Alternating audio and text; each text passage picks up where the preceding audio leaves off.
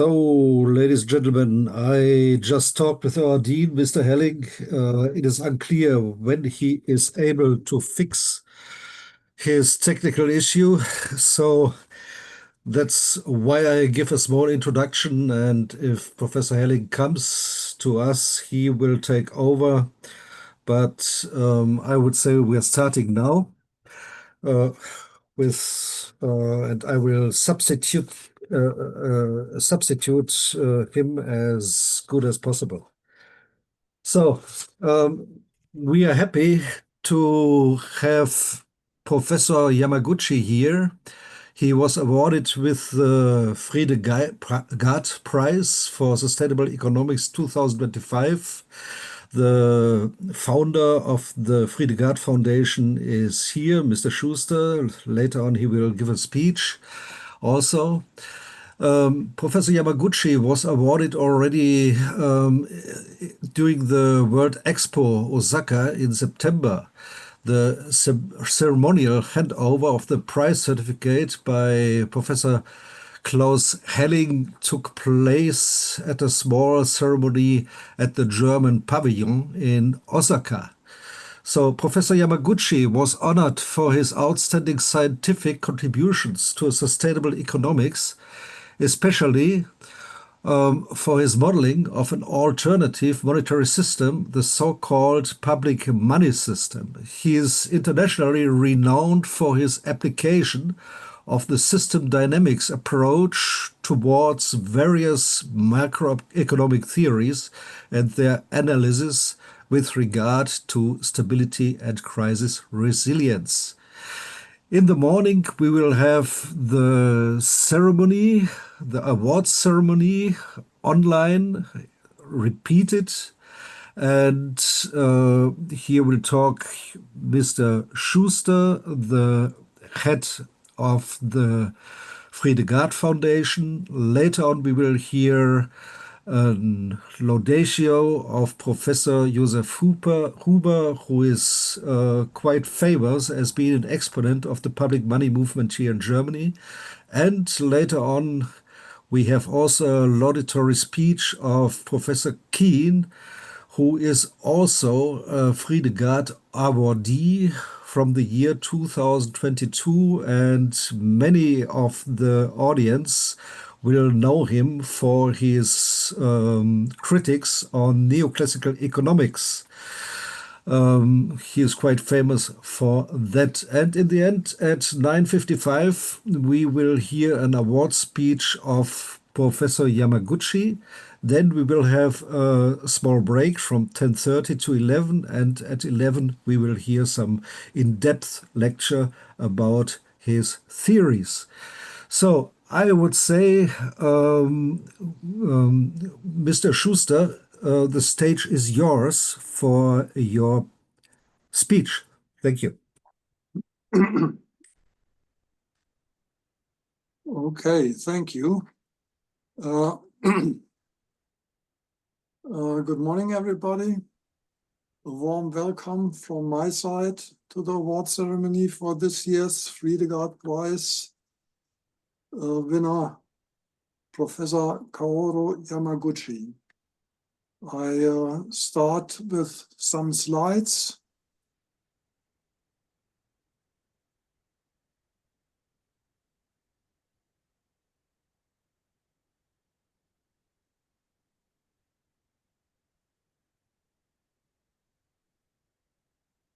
Okay.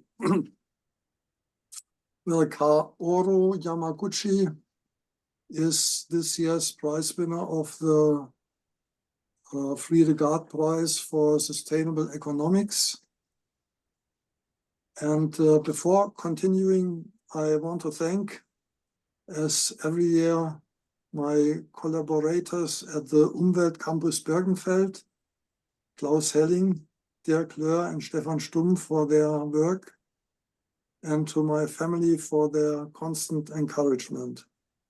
I also thank Professor Josef Huber for explaining to us public money, to Professor Steve Keen for his laudation, and Professor Yamaguchi for delivering to us his award lecture, and in the afternoon or later, the seminar speech. This year, my sincere thanks also go to the people of the German pavilion at the World Expo in Osaka for hosting the ceremony for handing over the award certificate to Professor Yamaguchi, who had the kindness to travel to Osaka with his family from his home in Awaji Island.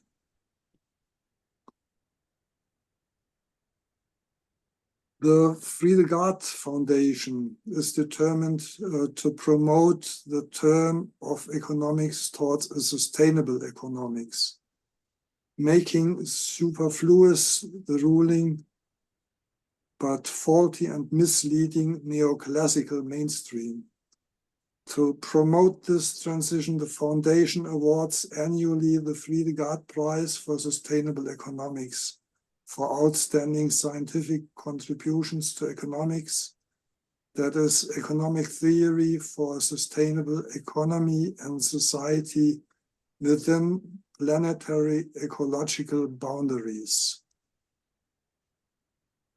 Looking back to the previous prize winners, you see a broad spectrum of approaches and useful methods unfolding. Hermann Haken for his works on synergetics, Peter Flaschel as a mastermind of the Bielefeld School, Steve Keen for his work on Minsky, both the software in these days called Minsky, as also on modeling Minsky's financial instability hypothesis. Jürgen Randers for his Earth for All model, and last year Günther Haag for his work of modeling several migration issues and a lot of other things by means of the master equation, which is also in the toolbox of synergetics.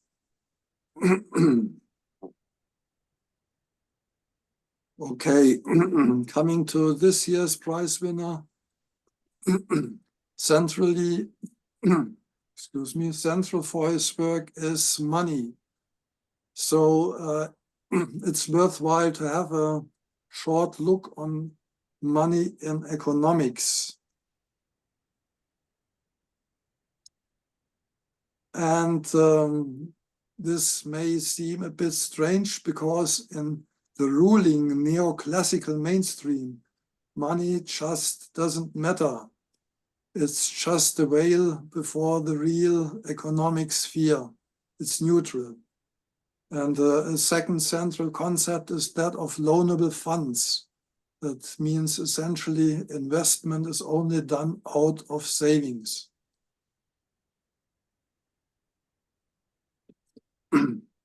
But Keynes opened the look on other perspectives on money. For him, it's very essential for effective demand, meaning that money is not neutral.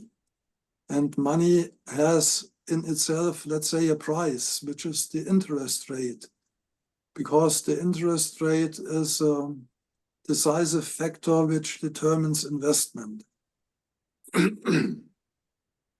Kaoru Yamaguchi has widened this perspective, analyzing this neoclassical and Keynesian perspective in a dynamic system of what he calls a counting system dynamics perspective.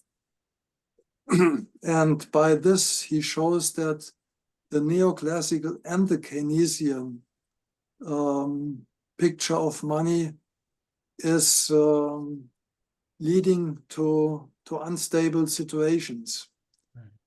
So over the years, he developed the alternative, which he calls public money, going back to ideas of Irving Fisher in the 1930s.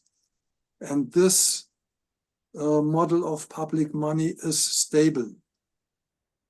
So we have at least, because there are other concepts of money also present in economics, we have at least 3 views on money.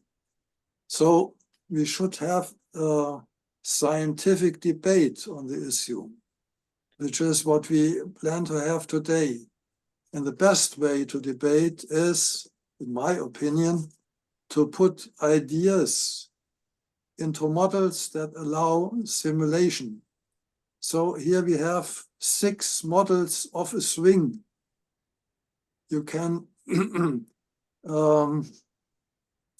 guess about the feasibility and usability of these concepts as a swing. If you put that in a model that allows simulation, we can see what is usable and what not.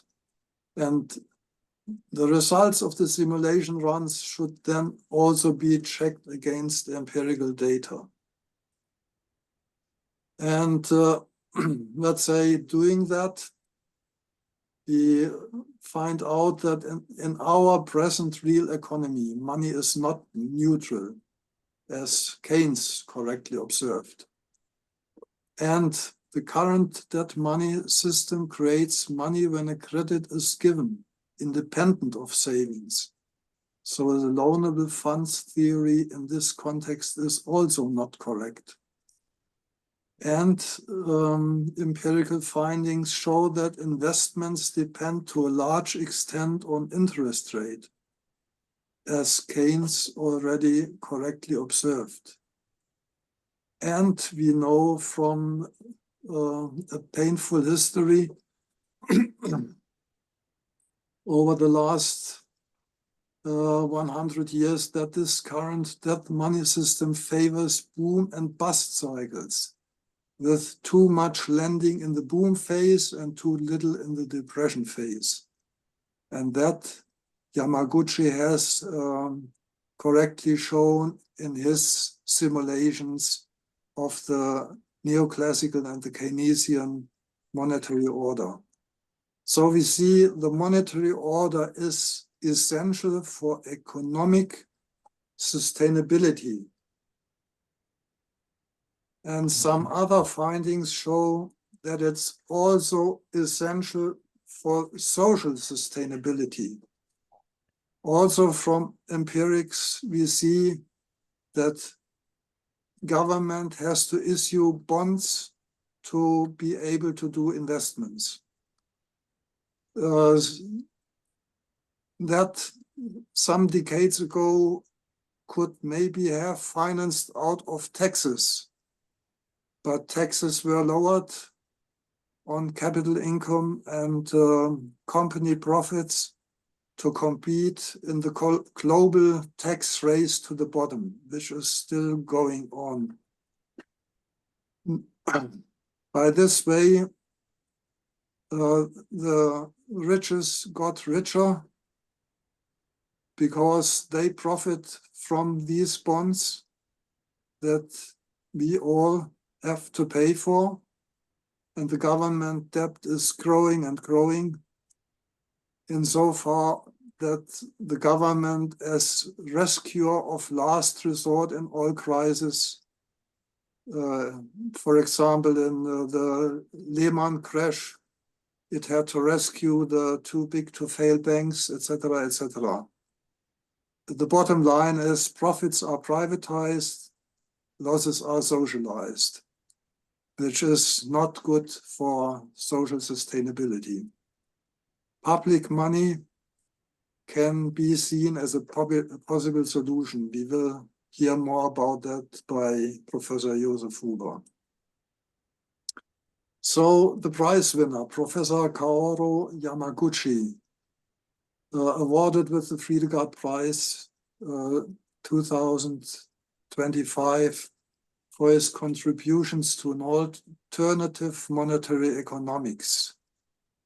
As I mentioned, he has modeled the current debt money system in the neoclassical and Keynesian framework, showing their inherent instability.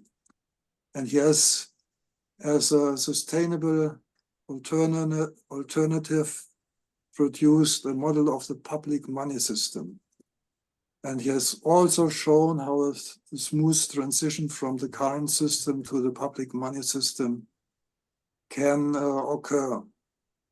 And also he has given us a model sketch of a sustainable, also socially sustainable economy, which he calls Muratopian, Green Village. As Professor Löhr already mentioned, the award certificate has been handed over at the World Expo in Osaka. You see here both the award certificate and Professor Yamaguchi with the award certificate. Okay, coming to the end, Professor Yamaguchi has even more to offer for us. In his new book title shown, he has given also an economic analysis of debt money as a means of political power control. He has developed the public money system to an electronic public money system in a way that this kind of digital money secures also privacy. And he has complemented his system by a uniform tax system, which is very simple, transparent, and real-time, with low burden for us all, but by the system getting hold of many that at present are not participating or contributing to our tax system. So it's, let's say, an overall system for sustainability. So, coming to the end, the transition to public money can be used to get rid of most of government debt. Yamaguchi has shown that, and Joseph Huber in his books has also shown that, and we will hear about that. And important is that the necessary money for all these infrastructure initiatives and investments we are discussing in these years can be created without loading interest burdens on government. So not continuing with this debt burden ever further growing on us all. And my view is that public money could be combined with a circular economy for securing sustainability. I will give a presentation on that in the seminar part of today. So, and finally, the appeal to all of us, to all of you, some are already with us, join our effort. It's high time, not 5 minutes before 12, but 5 minutes past 12. So thank you for your attention. I hand over to Professor Huber for his introduction to Excuse me, public money. Mr. Schuster, thank you very much. But first, I would like to hand over to Professor Helling, our dean, because now he could fix his problem and also wants to say something and take over the moderation. Thank you. Thanks a lot, and a warm welcome from my side, from the environmental campus in Birkenfeld, which you see here in an aerial view.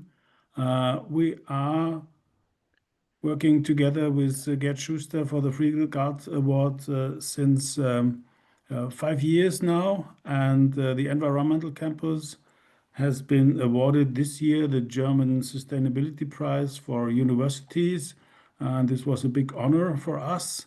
And you see, we have this campus founded in 1996, and we will celebrate our 30 years birthday of the anniversary of the university next year, and this fits perfectly to this award we got. You all know the Friede Gard Foundation and what they're trying to push the sustainable economics, and we are thankful to Gerd Schuster that he works together with us in this field. And as Douglas already mentioned, there are many problems. This morning, my president, Professor Schumann, warm greetings from her. She sent an email that she lost her voice this morning, so no problem, no opportunity for her to join us. This is really a pity, and I have some technical issues. But I would like to say a few words to my trip to Japan, to Expo, where I met this year's prize winner. You see where the environmental campus is located. About 200, not more than 200 kilometers from Frankfurt with a direct train line and 3 hours per train to Paris. Many more hours to go to Berlin from our place. And I traveled this summer in August to Osaka, where the environmental campus was part of the German pavilion. And we have been there as partner for circular economy and decarbonization of university campuses. And it was a very successful event. At the end, more than 3 million people visited the German pavilion at the expo in Osaka, and 26 million people visited the expo altogether. And this is another picture of the prize winner of the when I handed over the certificate to him in the German pavilion in Osaka. And after the work was done, we celebrated this a little bit. This was a huge advantage because we could do this in person and drank a German beer on this. So cheers, I remember these wonderful days in Japan very well. And greetings to the prize winner, Professor Yamaguchi, and also his family. We have had a wonderful time there. My son was with me. We enjoyed the time in Osaka. So this is short introduction and a few words to our campus. And now I would like to hand over to Josef Huber, who will introduce us to the concept of public money. Josef, thank you for joining us, and the floor is yours. Okay.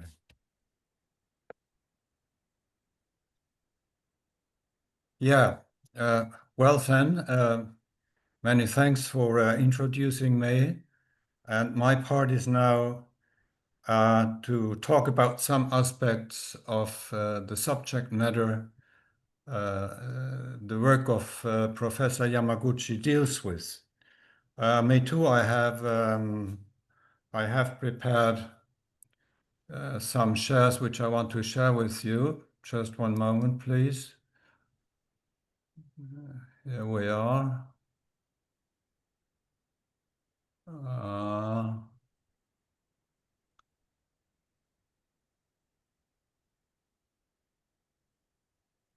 Yes. So that work has two sides to it.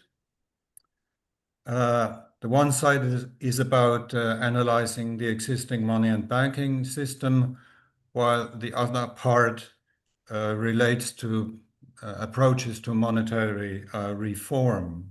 Joseph, can you please try to show us the slides in full screen? We only see the small version. Would be easier. I'm very sorry, but on my screen, it's the full screen. I can't do anything more. It's Okay. really the full screen I show to you, seen from my screen. Well, Can you try Okay. pressing F5, Joseph? Function key 5. See if that helps. Is there any change? No, we're still seeing your slides rather than your presentation.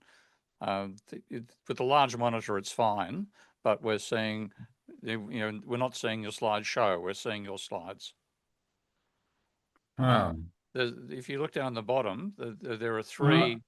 I think Stefan will Yep. share his slides, your slides, and he will forward whenever we need the next slide. You ask Stefan to go to the next slide, Joseph. Would be the best. So please, Stefan, please do so. So I have to stop my presentation. I mean my slides. You can see them on your computer, but Stefan will move forward. Good. Yeah, I actually gave you the slide control, so it should be working if you are putting the next slide on.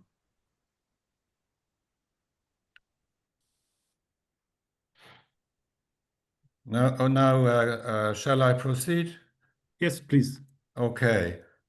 So I'm now talking about the basic system of the current money and banking system, and the structure of that system is generally described as a two-tier system.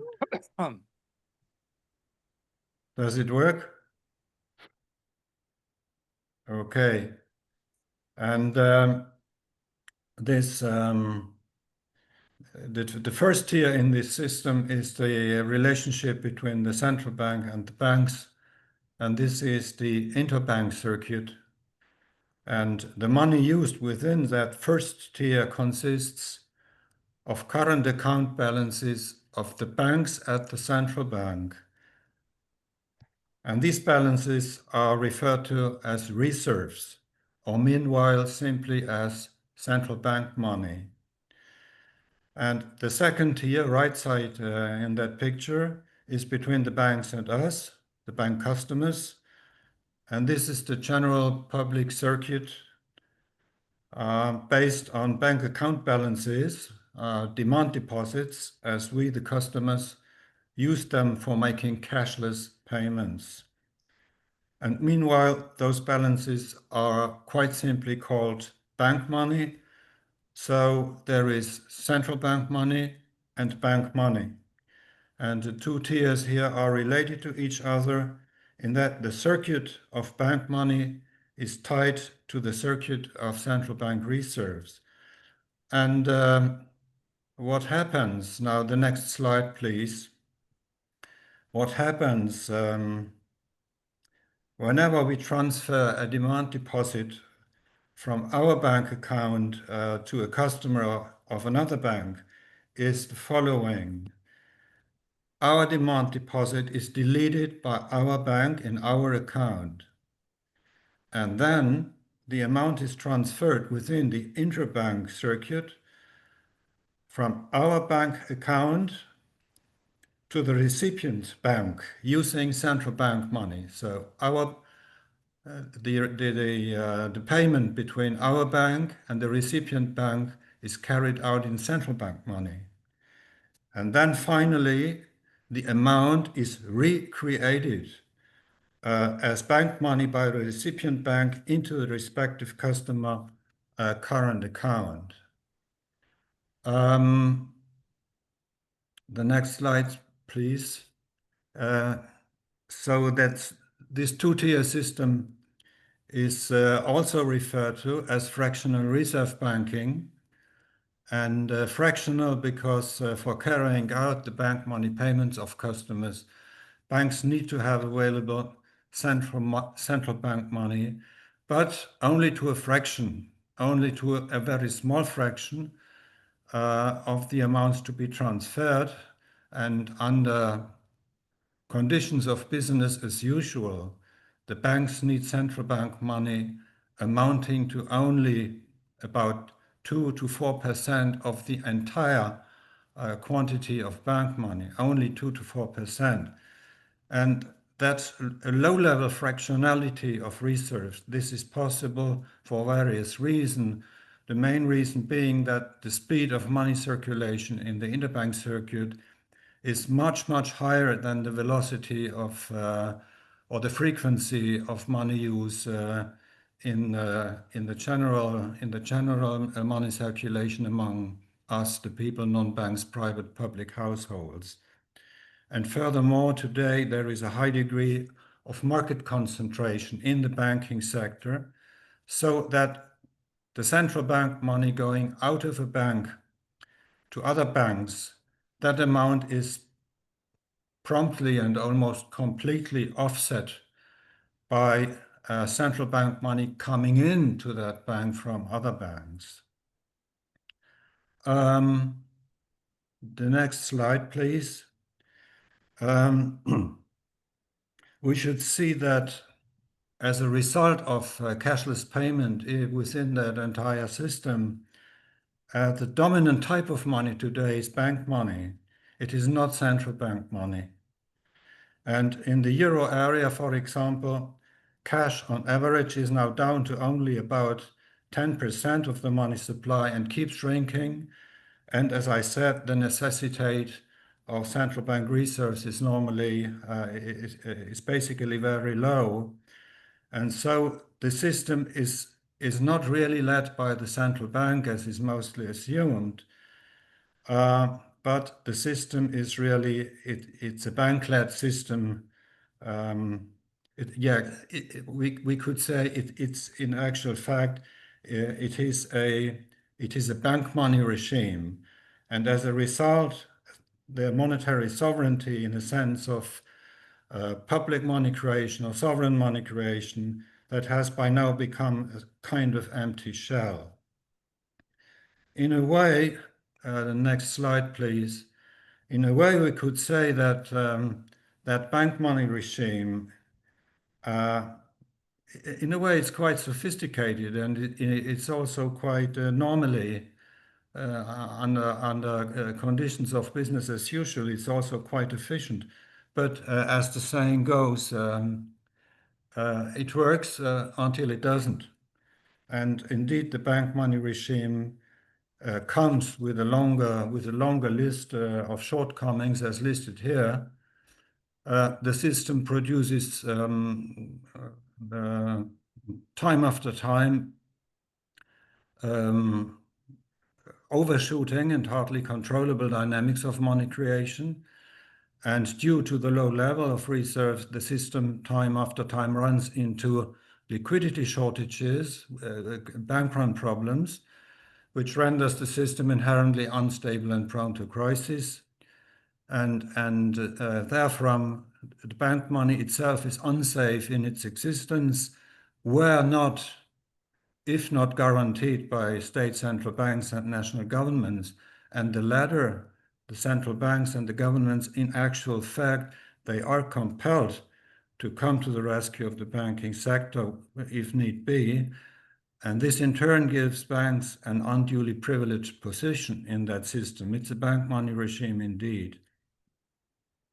And not least, as has already been said, that system behaves pro-cyclically in that it fuels financial and real economic boom and bust cycles, which especially also includes asset price inflation, say in housing or stocks and similar financial markets, which adds to imbalances in the distribution of wealth and income.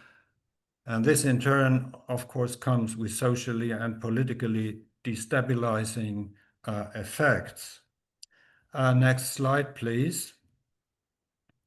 It's now about a good 100 years that quite a few, or I would say many renowned economists have criticized fractional reserve banking and also came up with numerous reform proposals, what to do about it.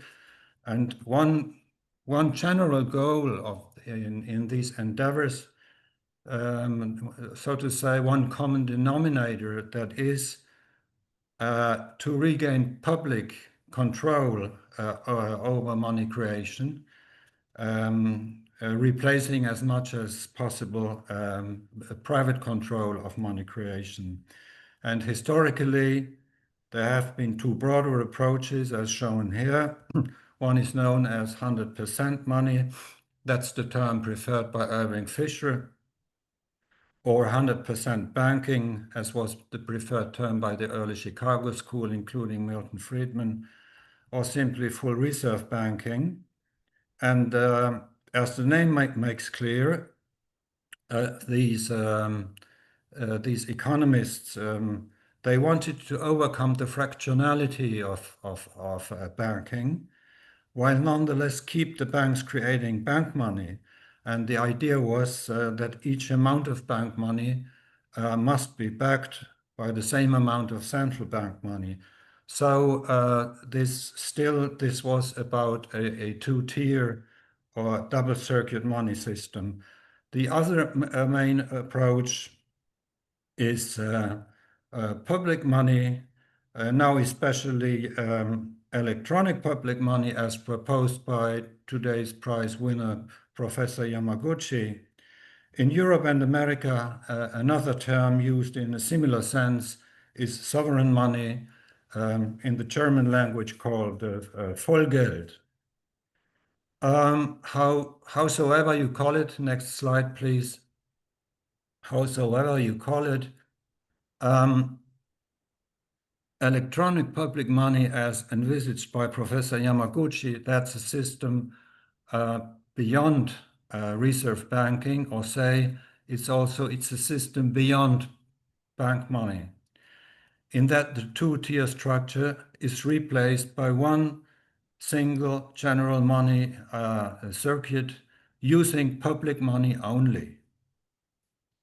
And furthermore, Yamaguchi assumes using a most advanced type of money today, which is, in his term, electronic public money. Electronic public money would be issued similar to physical cash today by a special state authority alone. And in this way, the overall quantity of the entire official money supply would be under full control of that special monetary state authority. Furthermore, the money would not be loaned into circulation, as is the case today, but it would be spent into circulation by public expenditure, and thereafter used by everyone, by banks, public households, general public alike. Now, banks then would be true intermediaries, as they are supposed today, but they aren't. But then, under a public money regime, banks would be true intermediaries, using the pre-existing public money, raising it upstream so as to lend or invest it downstream, and bank credit would no longer be an act of money creation, but it would be an act of intermediary brokerage of electronic public money. So that's it for my part.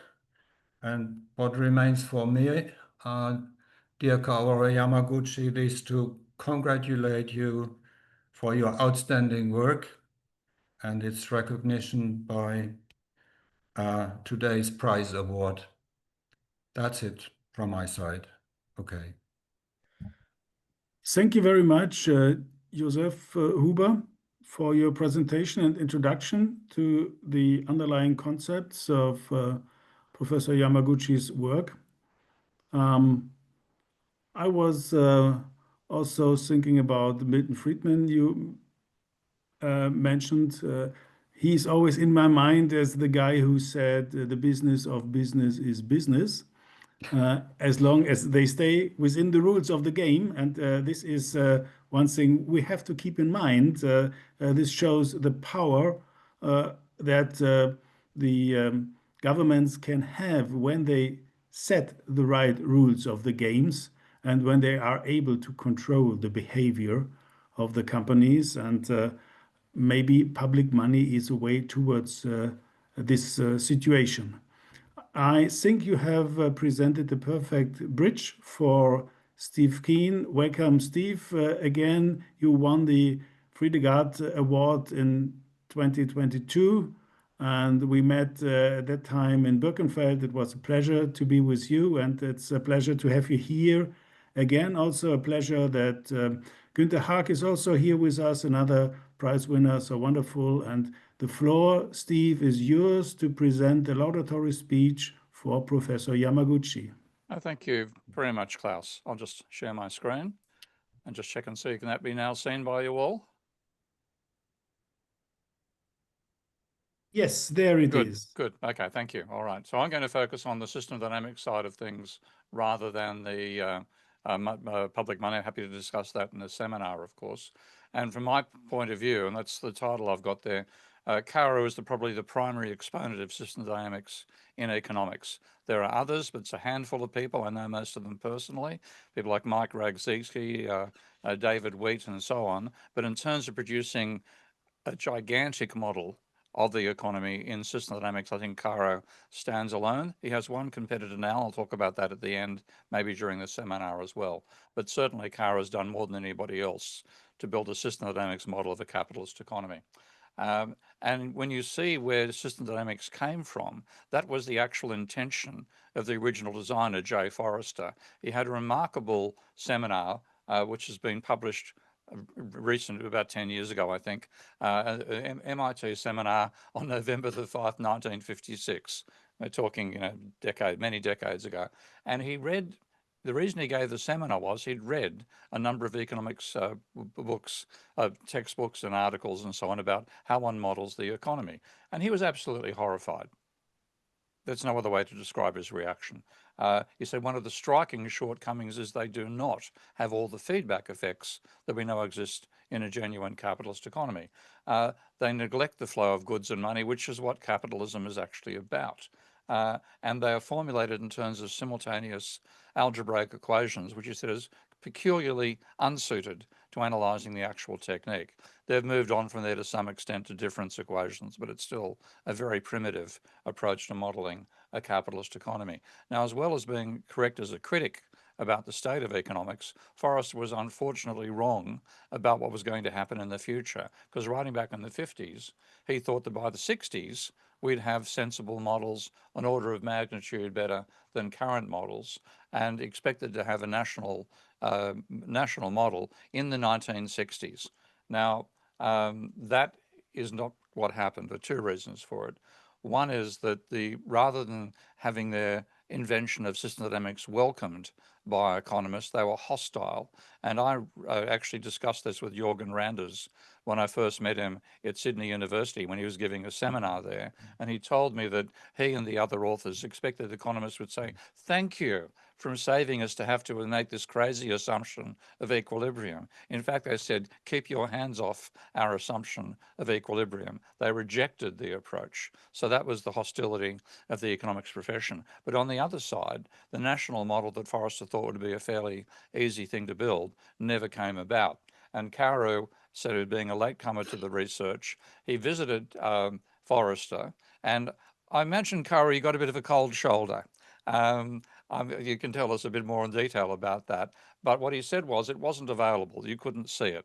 So that left Kaoru to the situation, well, I want to see this model built. I need to go about it. But it was very fruitful for him because he realized that one of the reasons that Forrester had not achieved his ambition was he hadn't built an accounting structure into his model. And accounting is absolutely fundamental to understanding how a capitalist economy functions. So what Kaoru did, therefore, was to design his own accounting framework inside the system dynamics tools, VenSim in this case, because it wasn't just enough to have system dynamics.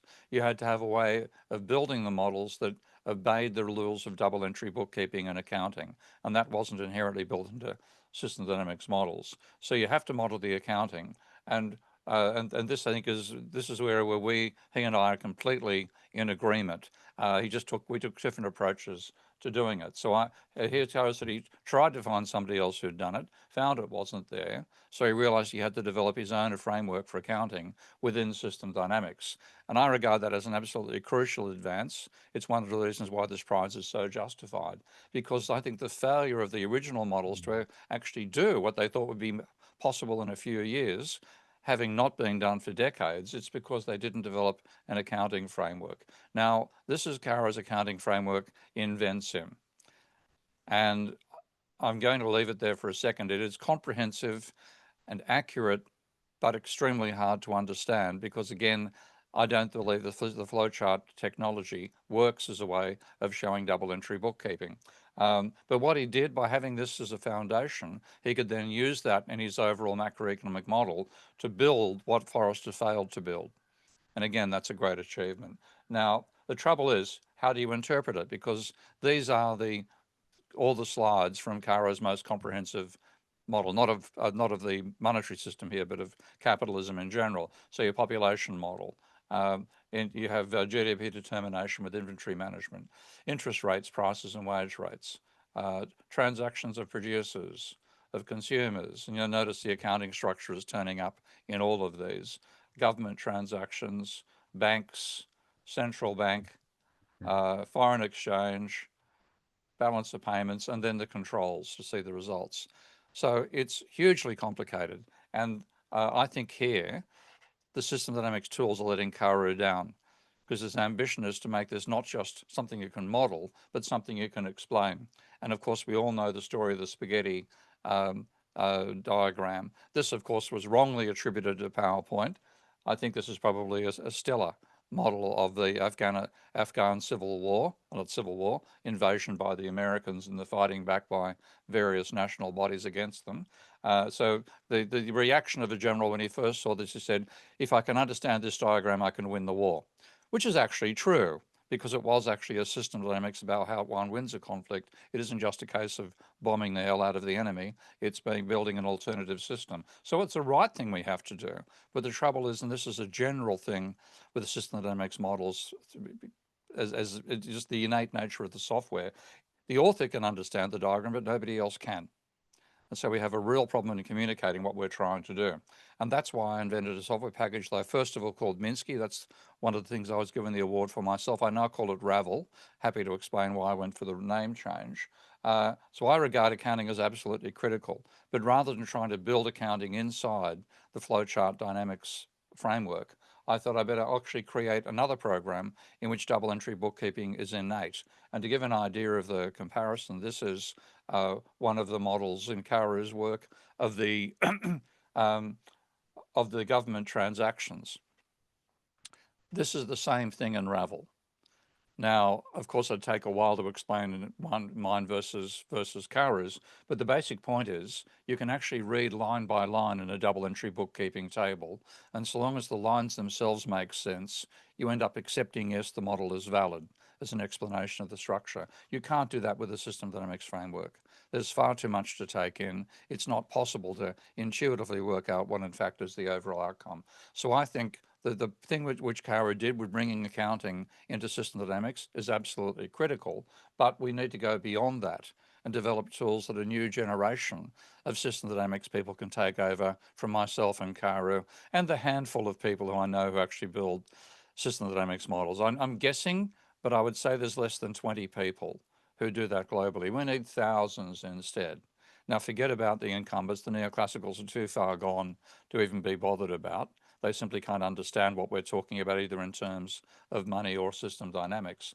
We need a new generation that can be excited by the work that Kaoru and I have established and mean that rather than there's 20 people, we need 20,000 people doing this work in the future. And I think the current interfaces of both Vensim and Stella, I think, and all the existing models, that's again what I've developed my own. They're too opaque, and they're not exciting. They don't have they haven't moved on for 50 years in terms of how they do graphics. And I think this is one of the main reasons why Kaoru's work hasn't got the recognition it deserved, because his major work, which was just published earlier this year, as you can see in February, is 1.3 millionth in book sales. We need it we need it in the first 1,000, not the first million. So we need something that is going to make system dynamics make that leap from being obscure and a minority of people doing it, and when one person leaves the scene, not necessarily replaced by others, we need new tools to get there. So I think this is a richly deserved award, both for pioneering system dynamics and economics and developing the accounting framework. And what we need now is a way that others can follow in Kaoru's footsteps. So thank you. Thanks a lot, Steve, for your laudation. And now it's an honor for me to hand over to this year's award winner, who will present his speech. Kaoru Yamaguchi, warm applause for you. And we can give this digital applause also for Steve Keen and Joseph, so wonderful. And let's continue with this year's award winner, Kaoru. The floor is yours. Okay.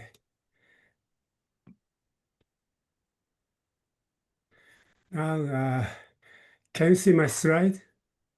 Yes. Yes. Okay.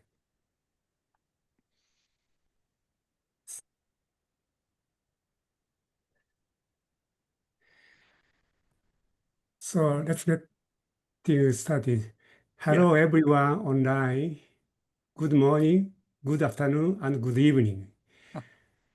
It's a great honor to receive the Friede Gard Prize for Sustainable Economics this year.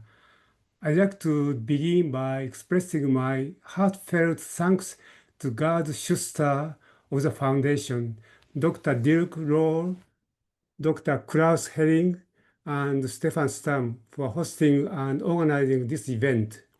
I'm also deeply grateful to Professor Steve Keen and Professor Joseph Hoover for their generous introduction to my work on money and macroeconomic modeling.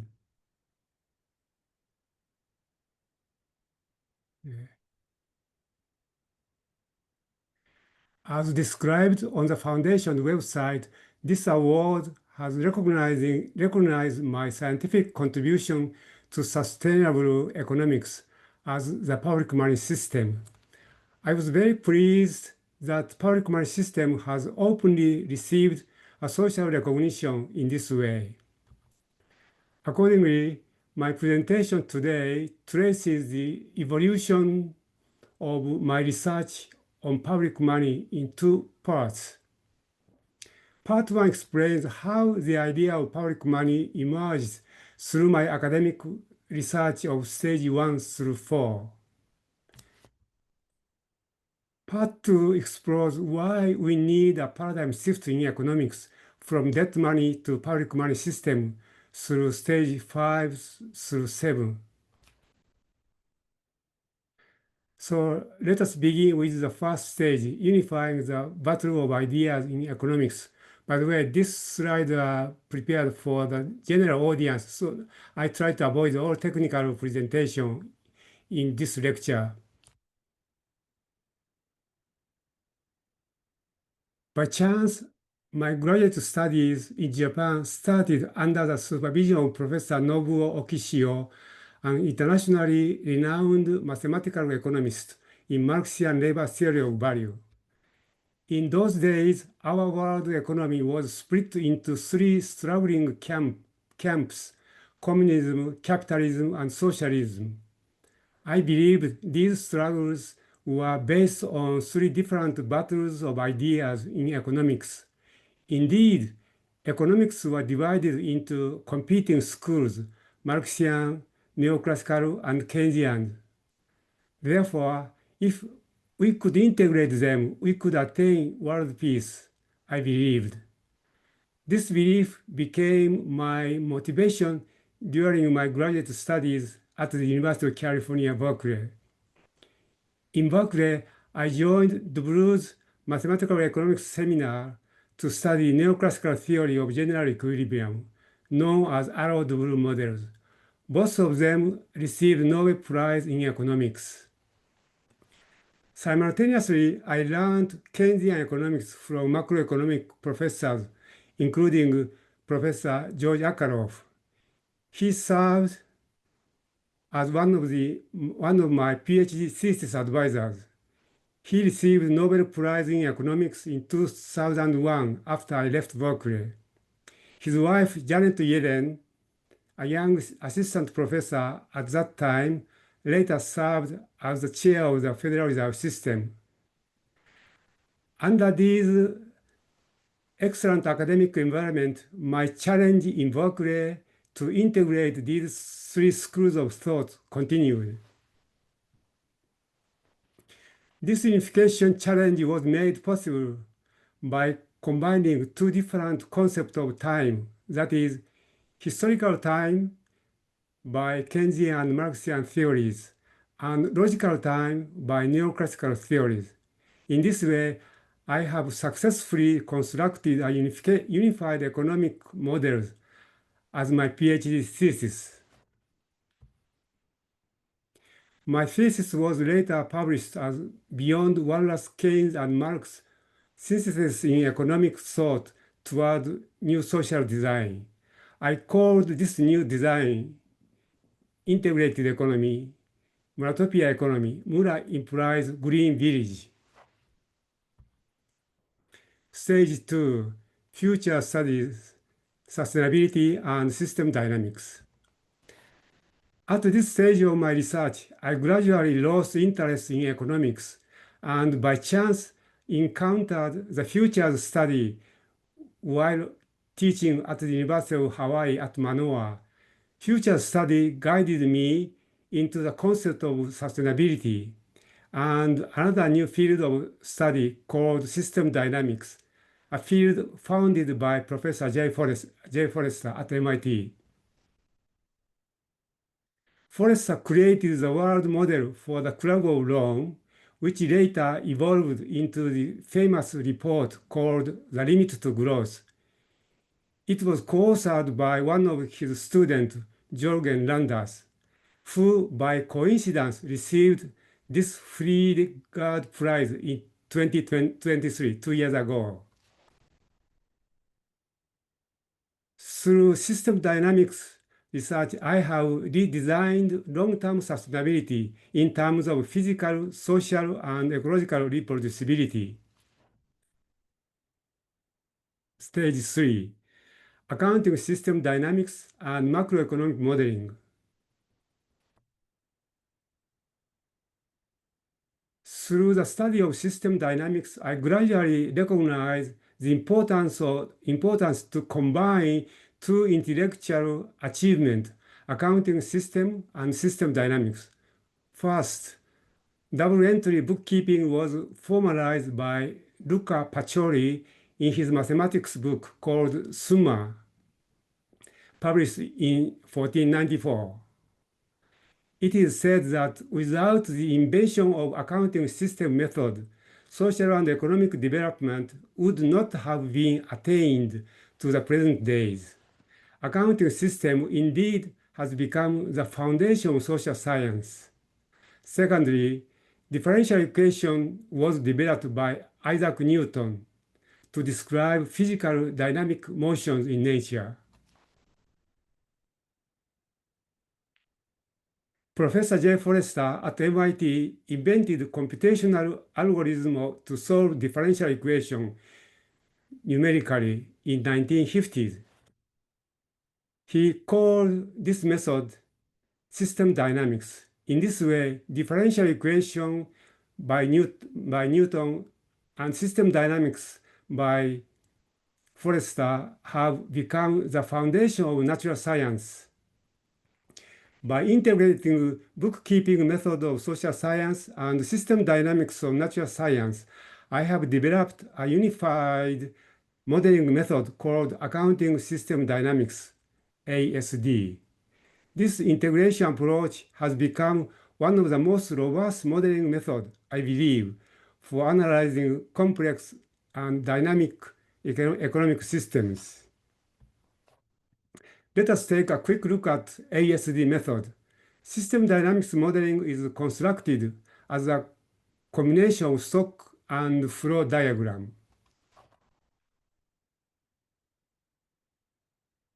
On the other hand, accounting system consists of financial statements such as balance sheet and income statement. ASD modeling creates a living representation of economic activities by combining these two methods, system dynamics and accounting system. We'll explore more details of this integration method in my following seminar. Okay.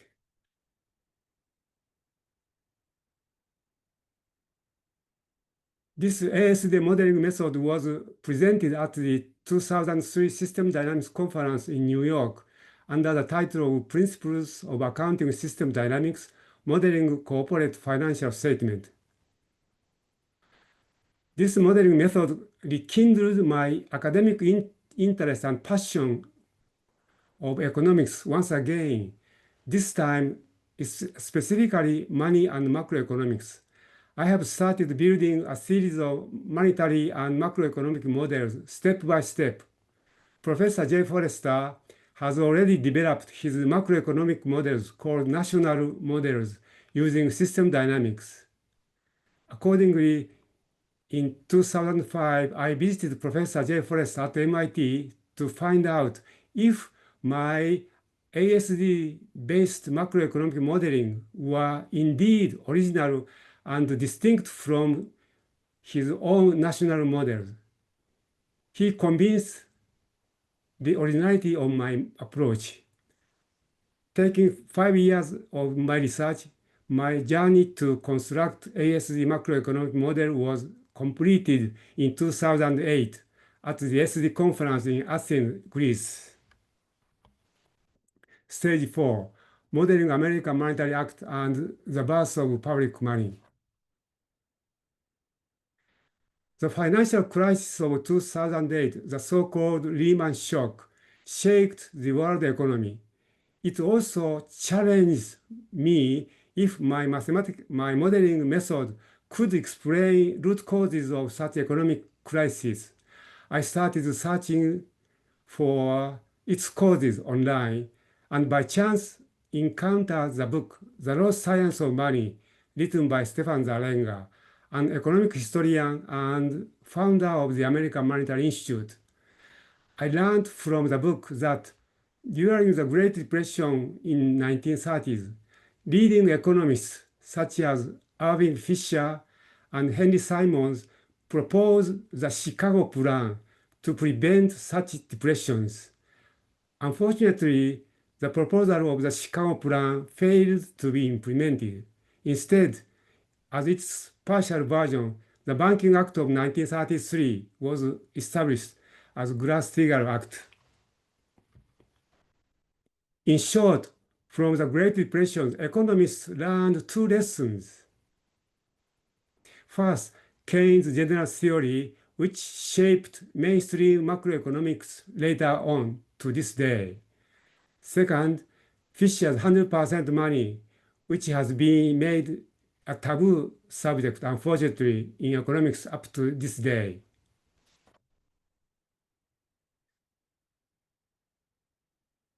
So Fisher's lessons totally disappeared from the economics teaching as a science. So that was a historical fact we have to recognize all the time. Zalenga and American Monetary Institute have revived the Chicago Plan of 1930s by proposing the American Monetary Act as a modern version of the monetary reform. It proposed 3 monetary reforms. 1, government issue money. 2, abolish credit creation with 100% fractional reserve. 3, define money as a public utility. Under such a system, money would circulate debt-free, supporting public welfare and sustainable growth. Convinced by the logic of American Monetary Act, I started modeling the American Monetary Act using ASD modeling method. At the System Dynamics Conference in Washington, D.C., I have introduced the term public money system for the first time in academic research. Concerning the naming of the public money, at the AMI conference, various names to describe this new monetary concept were suggested, such as instead of public money, I would suggest to use debt-free money, interest-free money, government issued money, treasury issued money, sovereign money, national money, state money, etc. Among those candidates, I have selected the public money because it can describe public concept of money against private and debt-based concept of money. Therefore, public money system could cover many different types of public organizations that issued money at interest-free through history. So this is the story of the birth of public money. The main purpose of developing the ASD model of the American Monetary Act is to show how easy national debt can be liquidated. At the time of the publication paper in 2011, the US economy was already burdened by massive national debt as illustrated in the diagram. My simulation shows that under the debt money system, US national debt could continue to expand at the growth rate of 9% annually. I calculate 9% growth is observed to estimate the American debt accumulations. This prediction turned out to be accurate 15 years later in 2015, this year, as illustrated in the right diagram. This implies that my solution presented 15 years ago may be still effective for solving the US national debt today. So, as effective for solving the US national debt today. Check it out. Sorry. So as discussed above, main goal of my model was to test if US national debt could be eliminated under the public money system. The essential point of this modeling is the following. First, under the debt money system, whenever government borrow money, it is booked as a liabilities. On the other hand, if we issue public money, it is booked as equity. So those are very essential difference between public and debt money. On July 26, 2011, I was invited to present my simulation result at the US congressional briefing alongside Stefan Zarenga. For this briefing, I had summarized the simulation result as one-page handout of 10 items. This is one-page handout to summarize my simulation result. I pointed out that under the debt money, US government sooner or later faces one of the three scenarios: default, financial meltdown, or hyperinflation. Yet, debt liquidation under the debt money inevitably trigger recession and unemployment. Many present governments are trying to solve the debt accumulation under the debt money system. So that sooner or later triggers recession and unemployment according to my simulation. That is, the current debt money system is indeed dead end. The public money system, such as American Monetary Act, on the other hand, could resolve these issues without recession, unemployment, and inflation, according to my simulation result. And Congressman Dennis Kucinich introduced NEED Act, which stands for National Emergency Employment Defense Act, as American Monetary Act to the Congress in the following September, but it turned out to be unsuccessful. Half a year later, after the congressional briefing, a student in my macroeconomic class told me in person that the Club of Rome published a report of criticizing the Chicago plan and my models. Without losing time, I have obtained the book, which is edited by Dieter. It precisely summarizes our congressional briefing on page 129 as follows. So this book summarizes my one-page handout precisely. I continue to read this report to find a shocking paragraph on page 130 as follows. To quote, any version of the Chicago plan will be fought to the death by the banking system because it threatens both its power base and its business model, even after the excesses triggering the 2007 and 8 collapses, or in the middle of the Great Depression of the 1930s, the banking lobby managed to deflect the implementation of any significant changes. Recall that in 2010, for the elected officials in Washington, there were 3 high-level lobbyists working full-time for the banking system. So that is the political reality dominating our world economy now.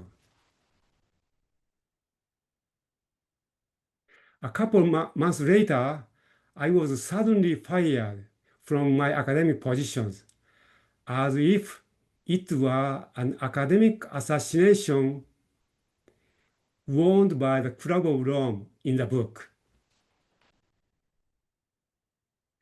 After this academic assassination, I lost almost all means to carry on my research to younger researchers, except writing a book.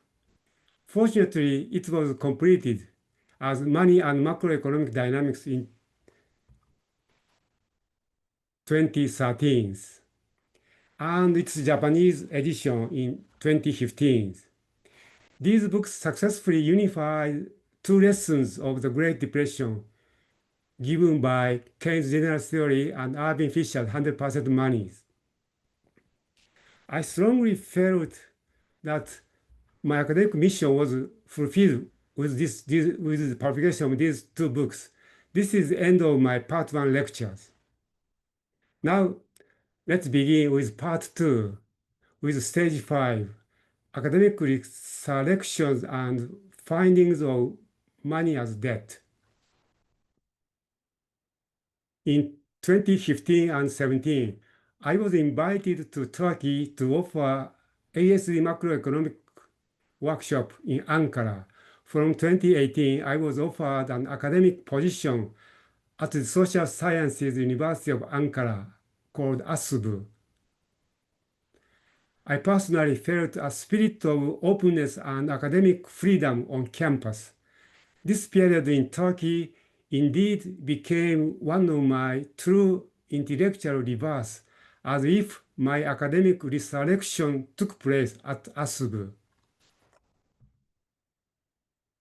I took this opportunity and I taught monetary theory using my own textbook, Money and Macroeconomic Dynamics. Graduate students were eager to understand the difference between debt money and public money. Their questions helped me define monetary theories. Thanks to the discussions with students in the classroom, including Yamaguchi, co-author of the recent book, Public Money, I was able to complete the classification table of money. This became a starting point of paradigm shift research in economics. Money is classified according to this classification table by 2 criteria. By issuance, money is classified as public money of interest-free and debt money at interest. By fiat status, money is classified as legal tender, base money, and functional money, which used to be called credit. So I have no time to explain detail, But whenever you got lost in your study of money, I strongly recommend you to come back to this table. And I'll briefly show in the following seminar how to use this table to run simulations. Distinction between public money and debt money is essential for the deep understanding of money. Here is some example. These are American $5 bill, $5 note. But this one, this United States note is issued as public money at interest free. Now you can see here, United States note. On the other hand, now you can see here, Federal Reserve note. So except those two different letters, the design and other function are exactly the same. So this is a confusing point of understanding money. Money is rapidly becoming digital today. The above classification also applies to digital money. Public money such as government coins and note can be easily digitized as electronic public money, EPM. Meanwhile, central bank digital currency called CBDC is emerging slowly, yet it merely reproduces the existing banknote of debt money in digital form. So CBDC still remains as debt money. Out of this classification table, we obtained a surprise finding in macroeconomic monetary theories. Let me briefly discuss the result only. First of all, we found that M3 total money is almost equal to total debt. That means 99.7% of money stock in Japan are shown to be equal to total debt of private sector as well as government. So that's the first result. So line 1, money stock is equal to total debt. Secondly, private debt by the household, line 4, is shown to be equal to time deposit, line 3. So that's the second result. Thirdly, government debt is shown to be equal to money stock M1. M1 is the money used for our daily transactions. So those are the three amazing findings for the Japanese monetary state. Moreover, we found that GDP is highly correlated with private debt of households and firms. But GDP is not correlated with government debt and M1. So this finding is totally against the Keynesian theory of fiscal policy, because by simulating debt and M1, it cannot simulate GDP in Japan. Instead, then GDP can only be shown to be simulated by increasing private debt. That was the finding.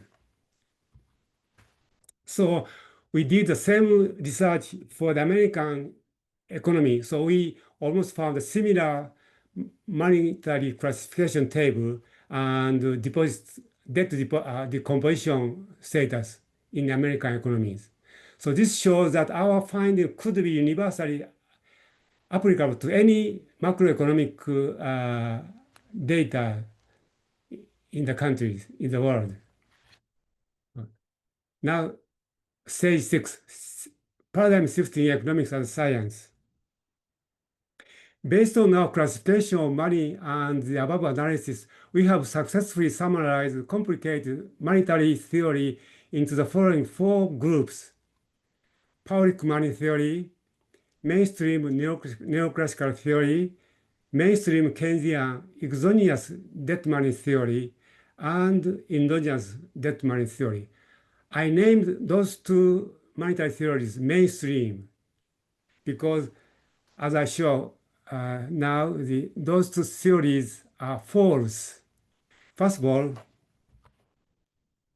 neoclassical theory is not acceptable. It's a kind of fictions. So neoclassical theory comes from the general equilibrium in which only relative prices are determined in terms of commodity, such as gold and silver. This is arrowed blue models. So under such situations, any price becomes moneyless. So we can define money without money. If we introduce money, that only plays as a role of bail and shown to be neutral. So this is a neoclassical monetary theory. De Broglie, the founder of the general equilibrium, just mentioned in this way, no theory of money is offered, and it is assumed that the economy works without the help of a good serving as medium of exchange. So he admitted there is no money playing an important role in economics. So that's why it's a fictitious monetary theory. Now let's discuss the mainstream Keynesian monetary theory. So mainstream Keynesian exogenous debt money theory assumes that only central banks control money stock, and banks are merely intermediaries of saving to lending. So that is, banks can only accept savings and make it as a loans. So that means banks are not creating money, just an intermediary. So this is the Keynesian monetary theory. This exogenous money theory failed to explain Great Depression and Japan's lost 30 years. But this Keynesian theory is shown to be false. So let me quickly show why this model fails to explain the most important economic event of Great Depression and Japan's lost 30 years. So from here, discussion becomes a little technical, but you can just neglect the technical point. So we take income or GDP on x-axis and take interest on y-axis. And this IS curve is a combination of equilibrium point in the real sector. On the other hand, LM curve is an equilibrium combination of monetary sectors. So according to the Keynesian theories, the recession could be triggered by spending hypothesis. That means by reducing consumption and investment. So in that case, spending hypothesis move along this LM curve. On the other hand, monetary hypothesis shows that the monetary change move along this IS curve. But the Great Depression shows that money supply, price, and interest are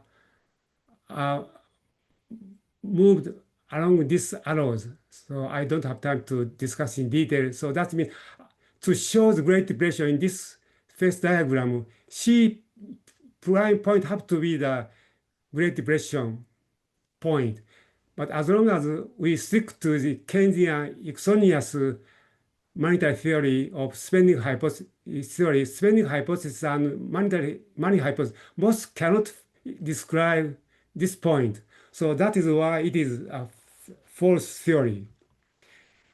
Meanwhile, when we make assumption of endogenous money spending hypothesis, then we can easily attain from this point to this point by moving the first of all by introducing spending hypothesis, then money hypothesis.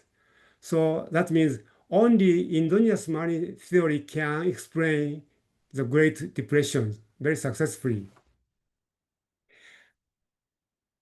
In addition, also, the same endogenous money spending hypothesis can explain the Japan lost 30 years, which is described at this point, low interest rate and low GDP for the 30 years. We'll discuss this result by running simulation more in my following seminar. So now I have shown that both neoclassical monetary theory and Keynesian exogenous monetary theory are false. But you see, but almost all Nobel winners in economics flocks among those monetary theories. Why most Nobel Prize economics flock here, even though I showed their monetary theory are wrong? In this puzzle in economics, no one can answer why they stick to these false monetary theories and receive Nobel Prize. So the answer was given by Dieter, the author of Money and Sustainability Club Rome report. Let me quote this very important point. Dieter told the audience the following startling anecdote. Paul Krugman was a winner of Nobel Prize, and he belongs to this mainstream exogenous money groups. Paul Krugman told personally that Dieter, I was totally crazy to talk about the money issue. He said, have you not? We were both from MIT, okay? So Krugman and Dieter from MIT, Department of Economics. We got the same professor, right?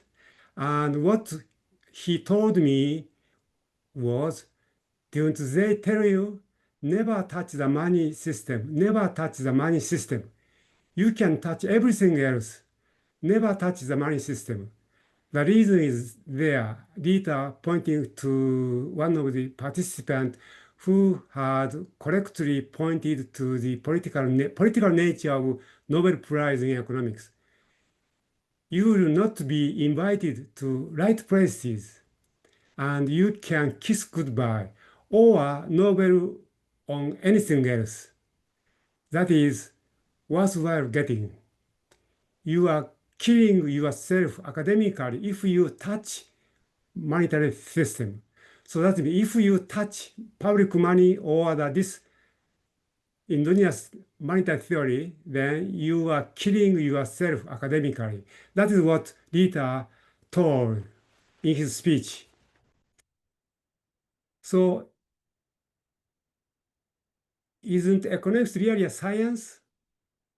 It seems to be a lost science because this is not the attitude of scientists to find out the truth through social economic behaviors. I touched this public money issues. So 4 years before, after the Dieter's warning. So Zarenga, the author of the Raw Science of Money, also quote about the political nature of Nobel Prize. So you can read this one. So he pointed out Alfred Nobel's here are very critical of the current Nobel Prize in economics, saying that the vast majority of economics prizes have gone to the people who reflect the dominating Western view of the world. Western view of the world means those two monetary schools. So that's the reality of the political nature of the Nobel Prize in economics. So it's not a science at all. Now then, let us discuss why this is wrong, and we discuss a new solution. So according to the accounting system dynamics approach, this neoclassical exogenous money theory can be analyzed as a full approach. Meanwhile, endogenous monetary theory was analyzed as a stock approach. And in the paper, Head and Tail of Money Creation, and this is system design failures, we showed that both Keynesian exogenous money theory and endogenous money theory turned out to be head and tail of the same coin. So that means, finally, I have shown they are the same, they are talking about the same phenomena. This is one will be shown in my following seminar by using system dynamics model simulations. So now from our latest research in money, out of 4 monetary theories, 2 theories are shown to be false theory. So the remaining theory are only public money or debt money system as a same coin of head and tails. So finally, at the stage of 7, public money and multiplier economy. So the question is whether we should choose debt money as usual, or we should move to public money. So I briefly summarize the nature of public money system and debt money system. Okay. So I have some more time left. All right. So then in my following seminar, I'll discuss why then we have to move to the public money by running simulations. So this topic will be skipped until the next seminar. Okay. So from our recent research, now it turned out our choice have to be between public money and debt money. And our choice have to be, if my simulation model is correct, convince me that we should go to public money. So that means currently under debt money system, money is split into public money and debt money. So debt money have to be completely eliminated to the public money. So that means money have to be 100% public money.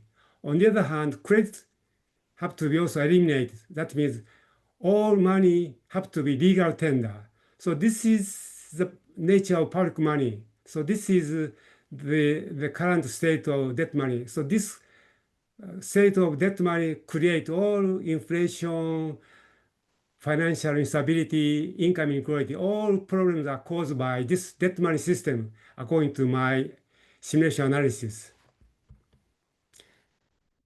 So recent archaeological finding traces Jomon civilization back to 15,000 BC, Jomon civilization. The Jomon civilization of Japan flourished for millennia without hierarchy or war. People lived in mura village peacefully and cooperatively. The Western civilization and Eastern civilization followed. Public money only appeared 600 BC in Lydia, current Turkey. And debt money only began to dominate our civilizations only last 300 years. Now, from this historical perspective, analysis shows that now we have to move to the new civilization. I call it Muratopia economies for world peace and sustainable future. So finally, let's finish. What is Muratopia economies? Muratopia economy. So our goal is to attain Muratopia economies. For the last 3 centuries, our civilization has been dominated by debt money system. That incessantly create opposing group called control opposition in a communist or left group, or the control opposition in the right group. And those control oppositions are forced to fight each other for the benefit of ruling class of globalism. That is the current situation. So we have to move to the Muratopia economy. So public money is top of the 4 pillars of Muratopia economy. So Muratopia economy consists of 4 pillars. Public money is the top. The remaining 3 pillars are self-managed business, free and labor-free market, and sustainability. So this completes our Muratopia economies. So as we conclude, the question is no longer if economic can change, but when. All topics discussed in this lecture today are included in our latest book. public money, the system solutions to end national debt banking crisis, built-in inflation, and controlled by CBDC. So I hope you show some interest and look for more detailed explanation by looking into our latest book. Okay, that's the end of my lecture. Thank you for your attention. Okay. Thanks a lot for taking us through your academic career. And we have learned a lot what it needs to find solutions, how hard work can be, and how hard conflicts can be during an academic life. So it's wonderful to have you here with us, and I'm looking forward to the seminar where we can go into details and discussion also. I think there are a lot of points and questions and things to discuss. But before we start the seminar, it is foreseen that we have a common break to have a coffee or a glass of champagne to celebrate Professor Kaoru Yamaguchi, the prize winner of this year, and looking forward to continue with the seminar exactly at 11 a.m. German time, which means in something like 17 minutes. Okay. We will continue in the same room. So thanks a lot. It was a wonderful presentation, and I close the awards ceremony. Looking forward to the following seminar. I think we start. Ladies and gentlemen, those who didn't attend our online award ceremony for Professor Yamaguchi, now we are starting with the seminar. For those who didn't attend in the morning, maybe some background of Professor Yamaguchi. He obtained his PhD at the University of California in Berkeley, and he then started to investigate the dynamic behavior of economic systems, the neoclassic as well as the Keynesian type, by means of system dynamics. And so he was close to the method which was developed by Professor J. Forrester since the 1950s. His work led him to realize that the traditional debt money system is immanently unstable in both context and favors boom-bust cycles. So he developed a public money system which has already pioneered by Professor Irving Fisher during the 1930s. Now we will start with a presentation of Professor Yamaguchi, which is an in-depth presentation. Later on at 12:15, we will continue with an in-depth presentation of Gerd Schuster, the head and founder of the Friede Gard Foundation.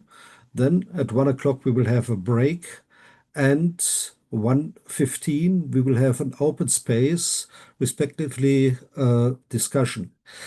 Because it's a little bit complex what Professor Yamaguchi wants to present us, I would ask you to write your question down. If there's time after his presentation, you may ask some comprehension question, but I would suggest that we postpone the discussion for the slots at 1:15 p.m. Okay, Professor Yamaguchi, the floor is yours. Thank you again. Okay, let's get started. Desktop.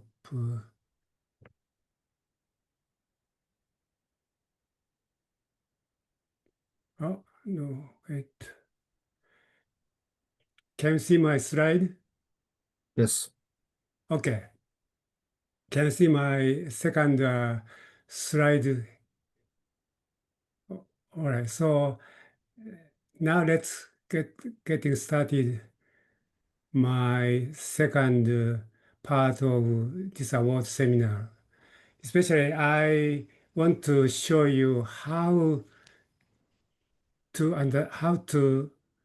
understand accounting system dynamics and how to make it to model macroeconomy, especially money creations. Okay. So the purpose of this seminar consists of 4 parts. Very briefly, again, I'm going to explain what is accounting system dynamics modeling, because this is the most important part. Without understanding, you will be lost after this section. So I'll explain what is accounting system dynamics. Then secondly, I want to learn how money creation model is made and how the stock and flow approach. That means, as we discussed, Keynesian exogenous money theory and Keynesian endogenous money theory, they turned out to be the same coin and head and flow. So this is very essential to understand why the current Keynesian intermediary theory was incorrect. Then we'll show how then, under 100% reserve, how we can attain monetary stability. After that, we move to a little more complicated macroeconomic models and show how this macroeconomic model can unify neoclassical concept of long run and Keynesian short run, as well as loaner fund and endogenous money. It's almost all type of economic theory can be put into this one macro model. It's a kind of amazing skills of this modeling. Okay, so let's start with accounting system dynamics again. So this is a diagram I have used in my previous award lecture. So if you have a question, please ask me later. So this is just one note page I used to explain what is system dynamics in my class when I was teaching in Turkey. Okay, so again, the accounting system and system dynamics combine accounting systems and system dynamics. So that is accounting system dynamics. Is the foundation of all social science and natural sciences. Natural science means almost all natural phenomena can be described by differential equation. That means system dynamics is the foundation of all natural science analysis. Meanwhile, accounting system is the foundation of all business activities. So if you cannot summarize your business activities in terms of accounting system, there is something wrong with your business activities or business analysis. Okay, so the idea is very simple. So here is again financial statement balance sheet. Balance sheet consists of asset side and liability side. Asset side and liability side and equity side. So, and system dynamics consists of only stock and flow. Stock is always influenced by inflows or outflows.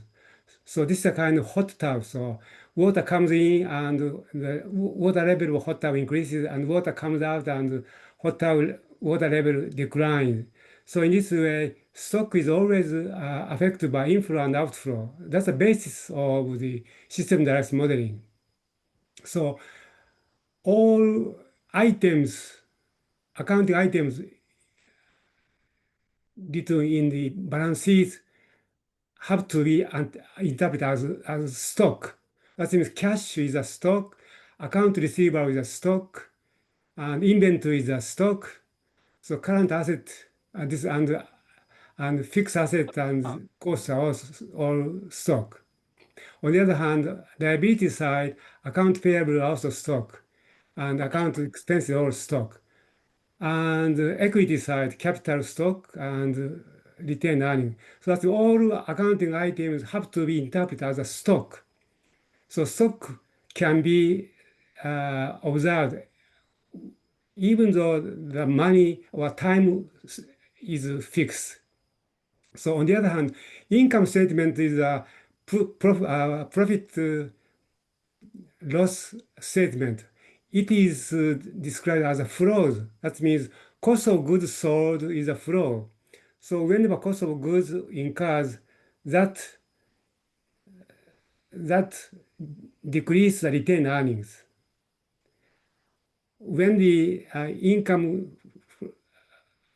or sales and marketing is incurred, that have to be paid out of the retained earnings. So in this way, all income statements have to be interpreted as flows.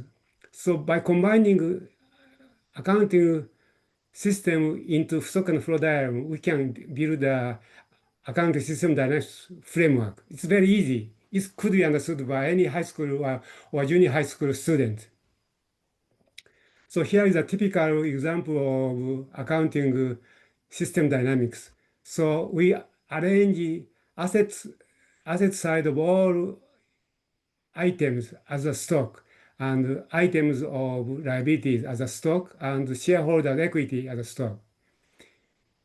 So then the income statement becomes flow, inflow and outflow. All net sales or becomes inflow of the retained earnings, and all expenses are booked as outflows of retained earnings.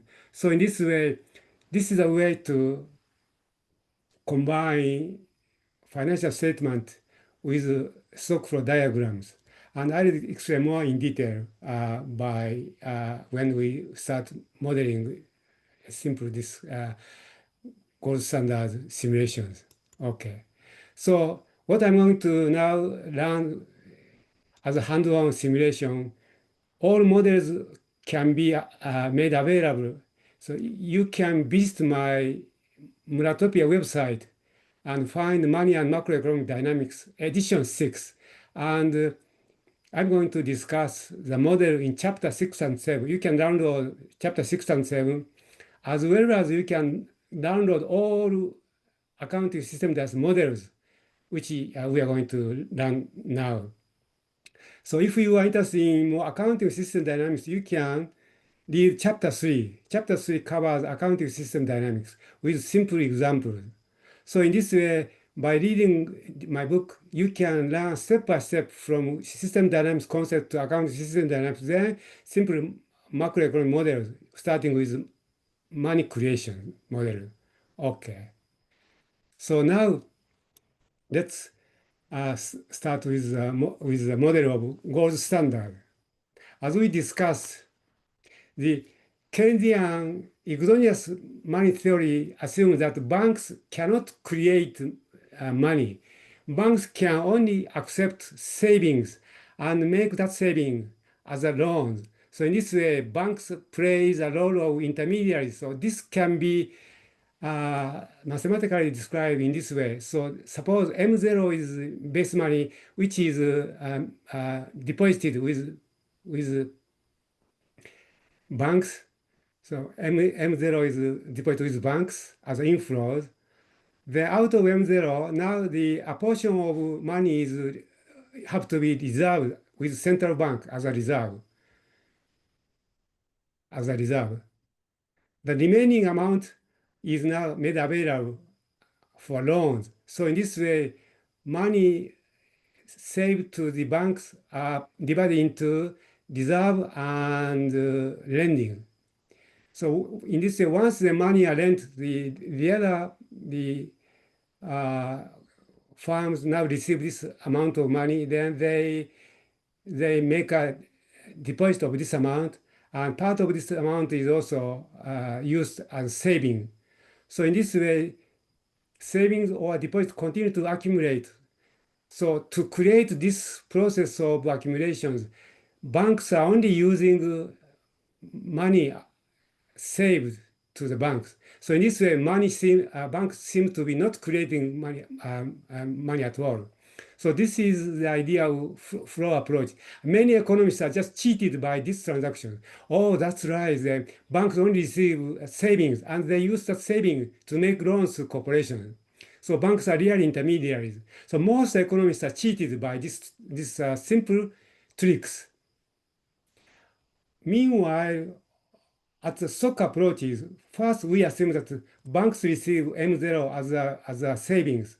So instead of making loans, now banks make all loans as a deposits with central bank. And under the fractional reserve banking, R is a reserve ratio, say it's a 10%. So base money divided by reserve ratio is the total amount of money stock available under the fractional reserve banking. So that means money stock, maximum money stock is calculated as a money reserved with central bank divided by reserve ratios. In this way, this is the maximum amount of money banks can make loan. So once we have this money at the reserve, then banks can make any loans by just typing keyboard, say, I make you the loans, and that amount of money is put under the client deposit account. So in this way, money can be created out of nothing. So banks are really creating a credit or a deposit out of nothing or thin air. So that is why how then this approach and this approach looks different. And most Keynesian, post-Keynesian and most post-Keynesian economists assume this is a real banking transaction. And also new Keynesians assume, no, this is a real transactions of intermediary. So in this way, two camps are fighting each other. There seems to be no solution. But if you look at this formula mathematically, you can just rewrite this accumulation process into this formula and say this is the total amount of money supply. So this part turned out to be the same as money supply. So in this way, this equation can be written as M0 plus A alpha ms. So this can lead to this equation. So that means stock approach and flow approach are really doing the same calculation from different aspect. So in this way, mathematically, it's a tautology. So that's the thing we have to now understand mathematically. Then with this understanding, now we are going to construct a model. So in the model, then the base money M0 is classified into currency and reserve. This is the base money, currency and reserve, base money which central bank can create. And money stock is the currency and deposit. So this is the money which then corporations can easily use for their daily transactions because this money are put in the deposit account. So if you take these ratios, it becomes 1 over R or M. So this is called money multiplier. So according to the traditional Keynesian theory, money multiplier seems to be stable. So if M0 is stable, then money supply is always calculated as money multiplier times M0. And M0 is under the control of the central banks. And if multiplier is constant, then central bank can easily control the money supply itself. So this is the basis of exogenous Keynesian flow approach. It says that central bank can control money supply based upon this very simple formulas. But I show whether this is true or not. Okay. So this is the approach we are going to analyze. Now we move to the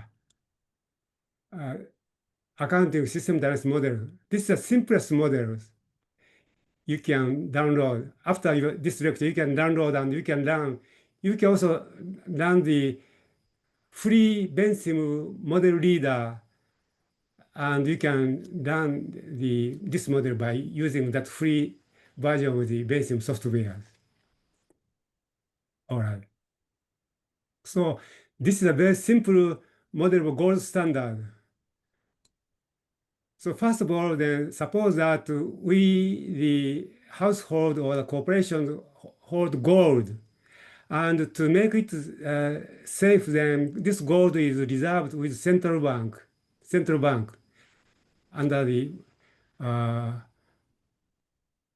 central bank. Then central bank issue the gold certificate. So that means gold is now kept in the vault of the central bank, and central bank issues gold certificate. That gold certificate now is received by the owner of the gold. Then this gold certificate begin to circulate as if it is a money. So once the certificate is given, then this corporation or household just use part of this one for cash, then the remaining amount will be put as a deposit.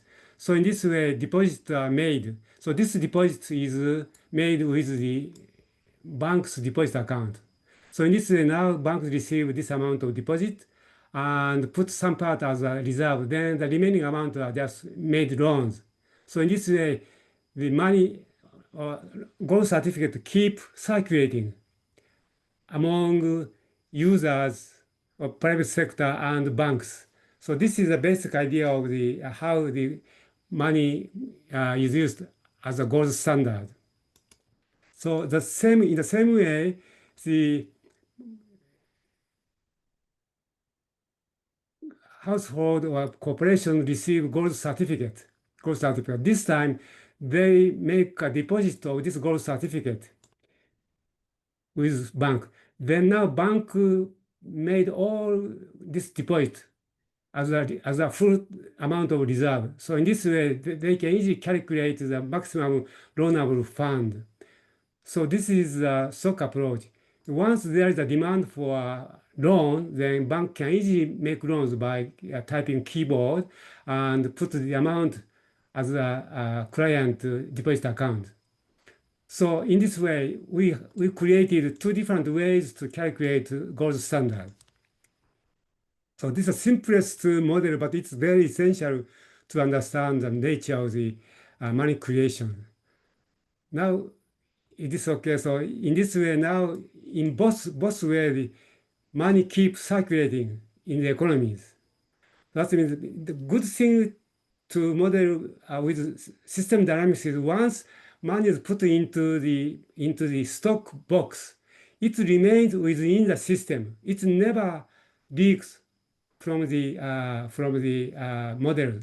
So that's the money is always calculated as a stock. All right. So in this way, now let's run simulations. In this case,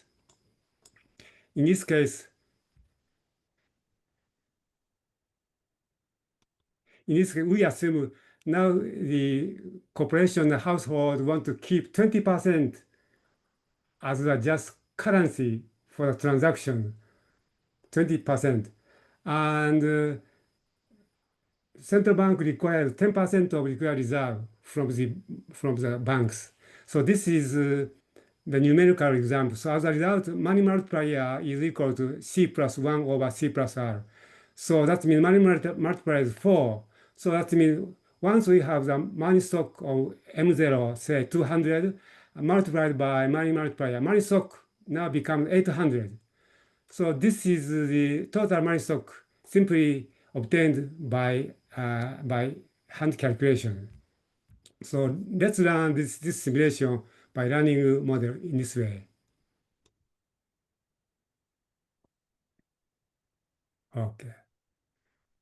So now with 200 of gold, now this is a base money. The money stock in total is increased by 4 times, by multiplier time. 200 times 4 is 800. So this is how money stock is increased under the gold standard. So to increase money stock under gold standard, the only thing we can increase is to increase the amount of gold.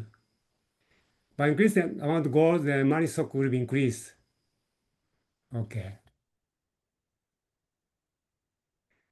Or by changing these ratios, changing this required ratio by central banks, money stock can be increased or decreased.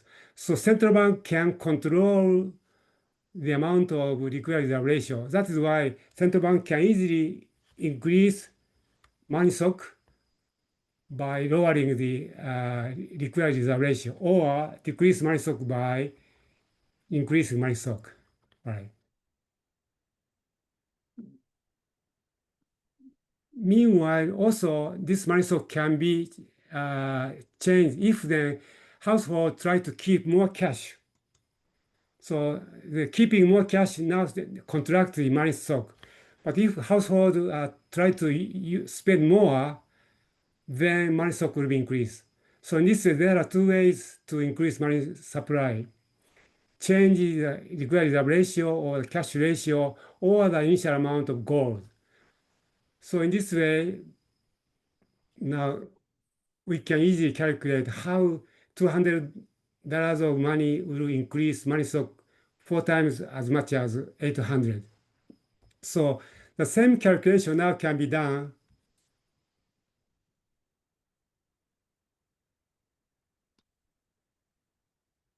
Okay.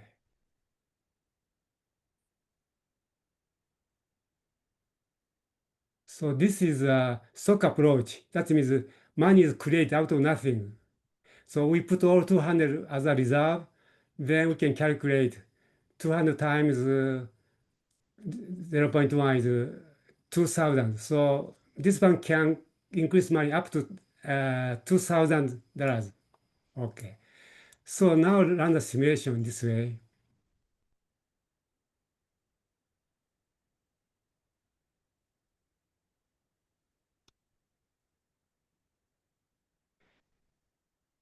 So in the same way, whenever gold is increased, that increases money stock. And whenever gold is decreased, that decreases money stock. And liquidity ratio increase or decrease money stock. And cash ratio increase or decrease money stock. So this is how the same amount of money is created through stock approach. Okay. Now you can see the both approach, it's seen a little bit different in detail, but the final conclusion is the same. $200 of gold increase money stock by 4 times as much as 800. So 200 gold increase 800 times as much as money stock. So this is a very simple proof that both neoclassical exogenous monetary theory is the same as neoclassical endogenous money. So both are underlying the same monetary creation, as if it's the head and tail of the same coin. So that's the first thing we have to understand. Then under this situation, the next question is, how can we increase money stock? Historically, we are running out of gold. That means money cannot be increased by increasing gold. So there's another way to increase money stock instead of gold. So this is the next modeling. Let's open that one.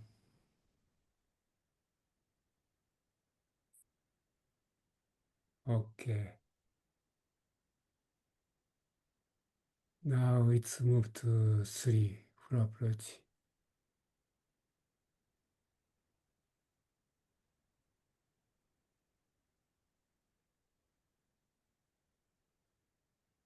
Okay. From here, model looks a little bit more complicated. So in this model now, we have introduced government and government in addition to the 3 sectors.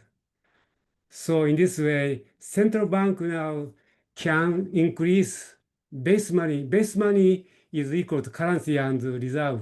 This is base money. So far, base money is only increased by the amount of gold, but now central bank can make loans, discount loans to the commercial bank. In this way, they can put discount amount into the commercial bank's reserve account. So this is how the base money can be increased by central bank. The other way is now central bank purchase government bond and put the amount of money into the government deposit account. That eventually goes into the circulation private sector. So in this way, theoretically, there are 3 ways to increase money supplies: gold, or the discount loan, or the government bond securities. So this model can show how money can be increased step by step.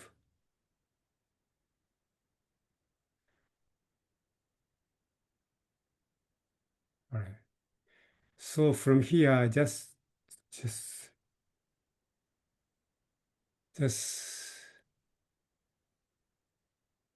okay. Now run the simulation.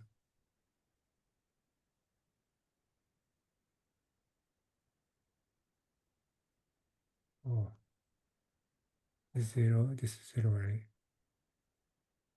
Deposit account, so run the simulation. All right. So just assume that this is 0, not 0. Okay, this is 0, and all right, this is the same as before. So we have $200 of gold. Then that gold increase money stock by 4 times, 200 to 800. So in this model, so again, if the amount of gold is increased, that increase money stock. But nowadays, world economy cannot increase gold because gold is dependent on the physical nature of the availability of gold deposit. So under such situations, now central bank can make loans here of 100, for instance.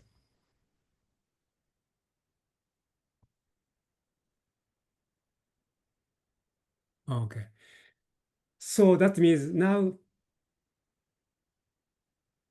base money becomes 300, from 200 to 300. So as a result, now we have increased money stock. So in the same way, now government issues a bond here, 100.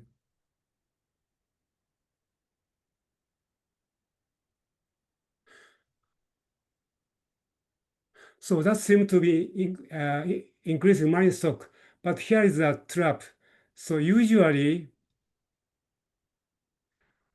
when the banks are running the loans at the full amount of reserve, then issuing government bond cannot increase money stock.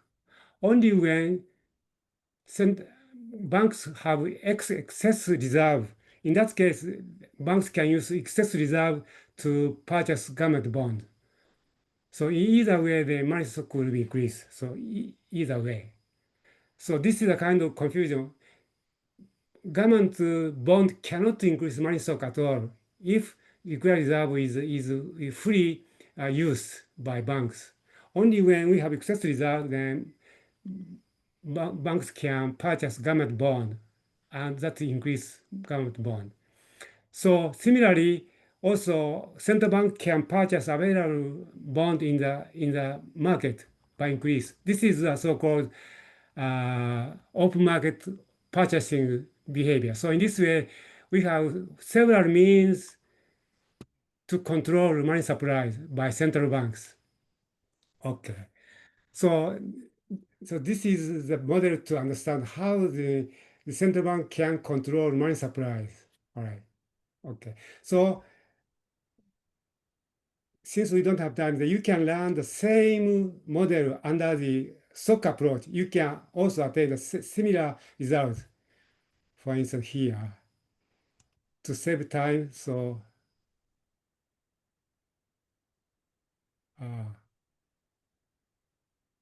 so here is the same result for SOC approach and full approach. This is SOC approach, this is full approach. Now you see, whichever approach we use, we attain the same result.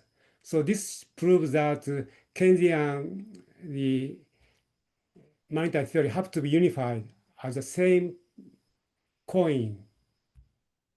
All right. So now, next question is, under these situations,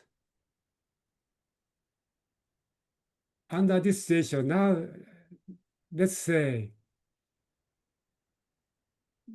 we force the 100% reserve by banks. So this is a Fisher's Chicago plan. Suppose now, instead of using fractional reserve banking, now we ask the banks to keep 100%. That means the liquid reserve ratio is now is going to be 100%.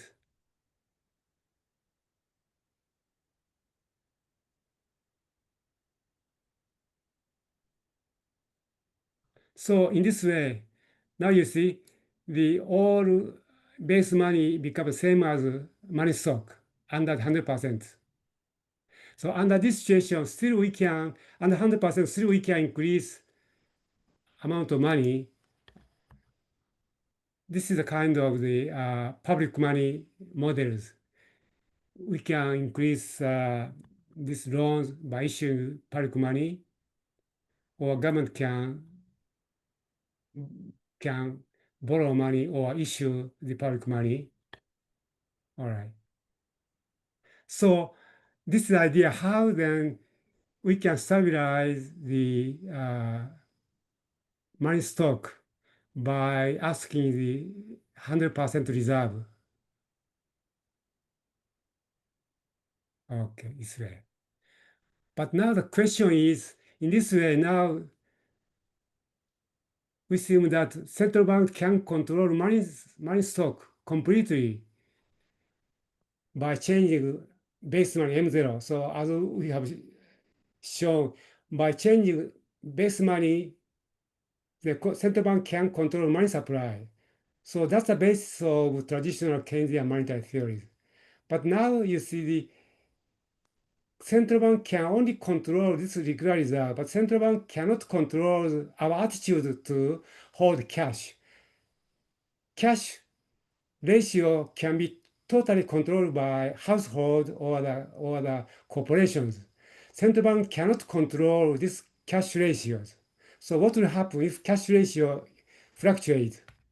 So this is our next simulation. So in this case, now let's change the cash hold, currency cash change.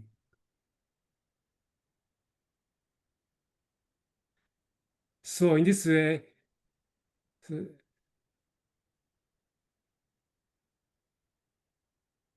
changing currency ratio, changing money supply, this is not under the control of central bank. So that is why central bank can control money stock is totally a wrong statement under the debt money systems. So this simple model refutes their statement. All right, so now, okay, now let's move to, I think now, so this is how the money stock is created under different models. Now let's move to the other model. So that's instability. So this is the same model as before. So let's run the model. So in the same way,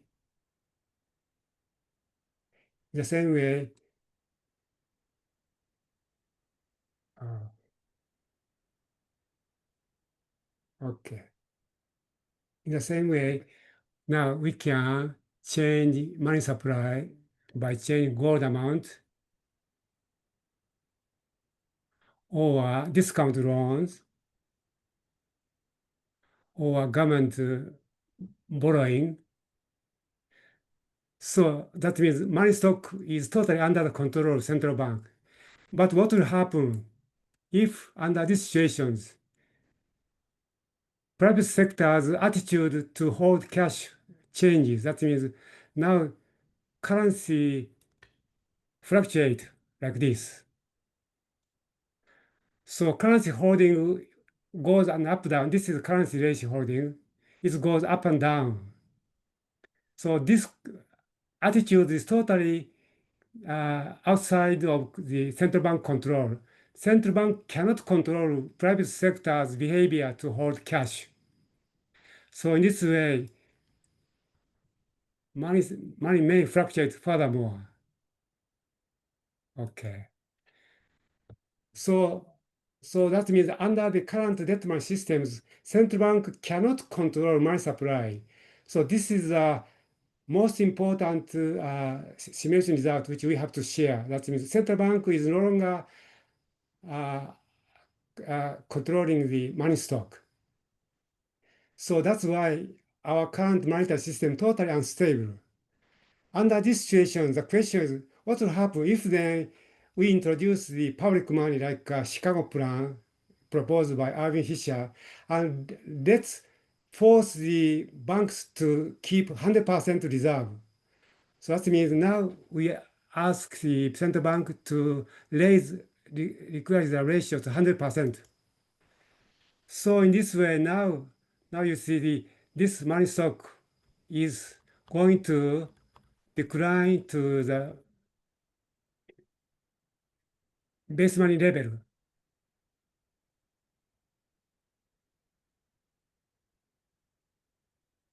Now you see, if we impose 100% reserve as proposed by Irving Fisher under Chicago plan, then we can totally eliminate the instability of money. So it's obvious no one can refute this solution and say, oh, no, then we have to contract money supply. So there are no problem. In that case, now we can increase this money stock by increasing public money. So this original level, we can increase money stock up to this level. So if our economy needs money stock of this level, okay, we can increase this level. So this change in money stock is totally under the control of the government. So government now can safely introduce the money stock. It's maybe more. Change this one, 600.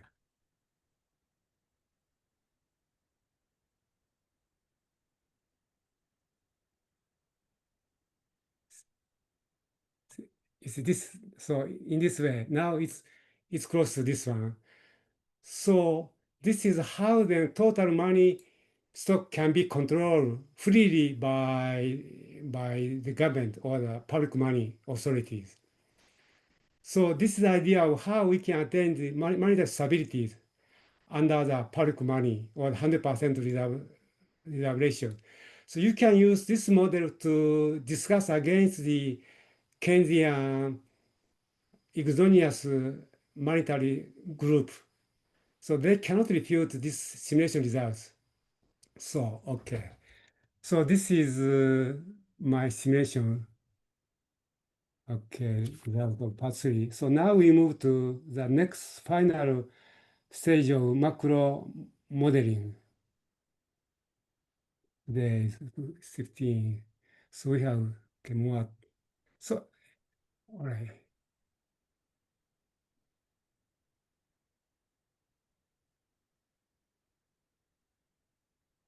Now let's stop here and move to next one. Now we are going to construct true macroeconomic models by introducing this one.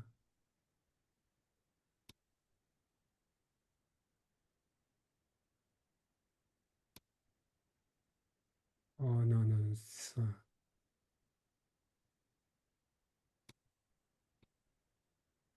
Okay, this one, chapter, okay, seminar. Okay, this model. Okay. First of all,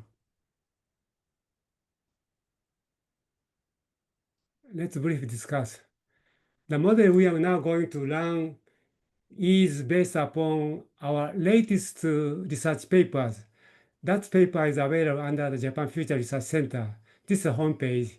So you can visit, although this homepage, web page is Japanese, you can easily follow the English subtitle. You can look for the working paper. And so this is a list of all working paper. So our latest paradigm shift research consists of four series of papers, part 1, part 2, part 3, and part 4. Today, we are going to show the part 3 papers because this is the most essential part of the whole paradigm shift models.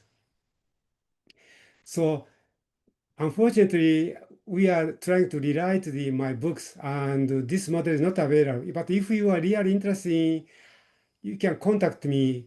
We can send you the public form of this model, because this is a very interesting model to understand the nature of macroeconomics. Okay. So we have tried to model the Keynesian macroeconomic models. So Keynesian macroeconomic models can be described by 23 equations with 23 unknowns. So this is 23 equations. And with 15 exogenous parameters. So first part of the equation are related with real part of the economy. GDP is equal to outlet demand at the equilibrium. Outlet demand consists of consumption plus investment plus government expenditure. This is consumption function. This is disposable income. So this is a traditional Keynesian macro model, which become the basis of IS curve. Meanwhile, we have the supply of money stock, real money stock divided by price is real money stock times velocity, which is have to be equal to demand for money. So this is equilibrium condition of money. So this and demand for money consists of income and this interest. And real interest rate is equal to interest minus inflation rate. So this is the basis of LM curve. So in this way, we can construct IS-LM curve. So most macroeconomic textbooks only limit their analysis into this basic equation, but this is not enough. So to understand the long-run behavior, we have to introduce capital accumulation as well as the price fluctuation equations. Then finally, to understand the sector behavior, we have to introduce budget equations. This budget equation can be modeled by introducing stock and flow accounting system dynamics. So this is the equation of budget by household, producers, and government. So in this way, now under the current situations, household and producer are already in the state of cash deficiency. So that means they already need extra fund for investment of machine or for investment housing or for government spending. So those are summarized as loan fund demand. So under the Keynesian loan fund models, this loan fund demand can only be met by the amount of saving. So savings is a source of loans. This is a traditional Keynesian approach. Meanwhile, under the credit creation model, then now this amount of demand for money can be easily created out of nothing by increasing more money supply out of nothing. So in this way, my model can analyze both loan fund and endogenous money. That's a very fascinating model.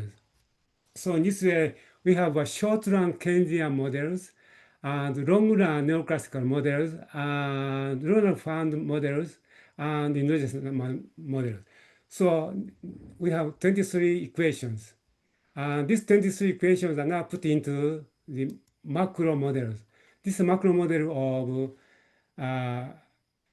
real sectors' behaviors. So production and sales, capital accumulations. Those are traditional Keynesian approach. Meanwhile, monetary sectors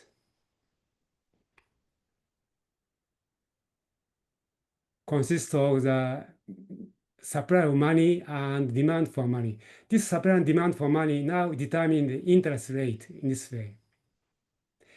And now price is determined by two factors. Whenever we are not in equilibrium, the full capacity output level is different from desired production. So that means we have now discrepancy between full capacity and actual demand. So that affects price. On the other hand, also production cannot be met by sales. So in that case, we have excess supply. So inventory increase. So price is affected by inventory. So in this way, our model can adjust price in terms of the capacity and inventory. Okay, that's the price analysis. Then we come to the budget equation. This is a budget equation. That means asset and liability and equity side of the producers, equity, liability, and equity, liability, asset, equity, and liability of the household. This is central bank's equity, asset and equities and liabilities. This is bank's asset and liabilities and equities. This is government asset and liability and equity. So in this way, we have three different group of modeling. So now we are going to now run the simulation. But before we run simulation, you remember we discussed the three surprise findings from our analysis of monetary decomposition. First finding is that money stock is always equal to total debt. That's the first relation. Second relation is private debt is equal to time deposit. That's second finding. The third result is money stock M1 have to equal to government debt. So this is the current situation of the Japanese economy after the lost decade of 30 years. So this Japanese behavior of monetary decomposition have to be able to be similarly realized by running model. So that is a very important requirement of the model. So let's see whether it is possible by running this simulation. So now we run the, okay, so here is now our models.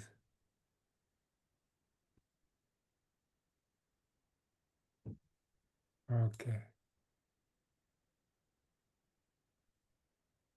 Oh, what happened?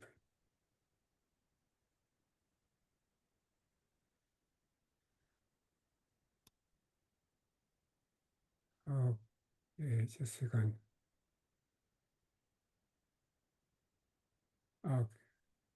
Okay. Now the mathematical equations consist of only 23 equations to describe the equilibrium dynamics of macroeconomy. But if you change this equation into system dynamics models turn out to be consisting of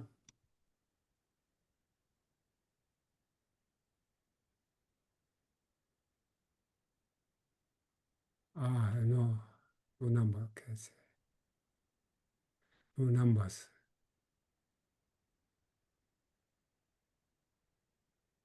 Okay. And run again. Okay, now starting with equation 1. It consists of 264 equations. So this is the size of system dynamics modeling. Simple mathematical equations are not enough to run simulations. So we need more than 200 equations to run simulations. So that is why the Professor Suzuki said this is very complicated modeling. Okay, but it's very clearly organized. So in this way, now we have the aggregate demand pages of real sector, monetary sectors pages, and budget education sectors, and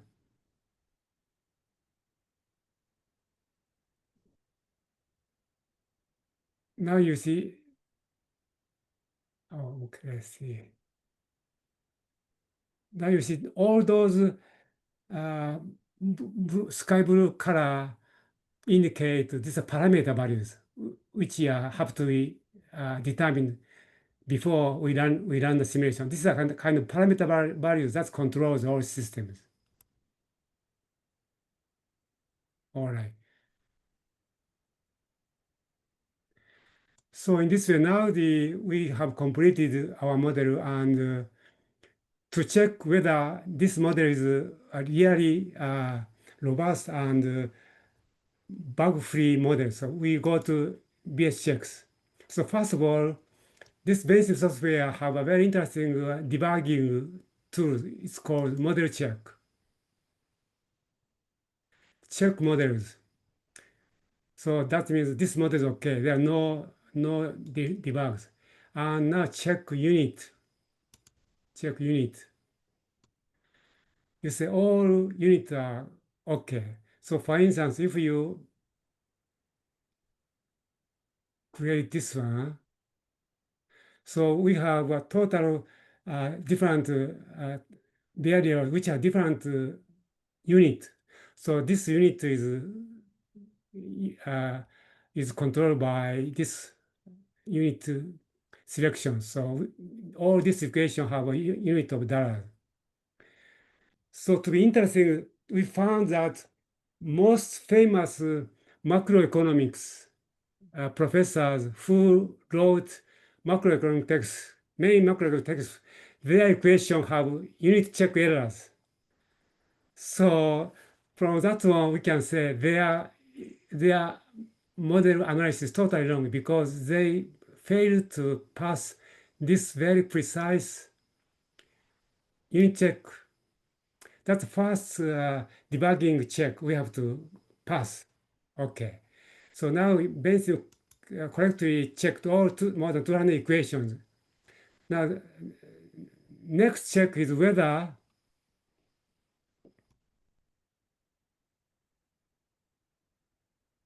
all sectors balance sheet, that means asset side and liability and equity side, have to be in balance. Balance sheet means asset and liability and equity have to be in balance. That is why it is called balance sheet.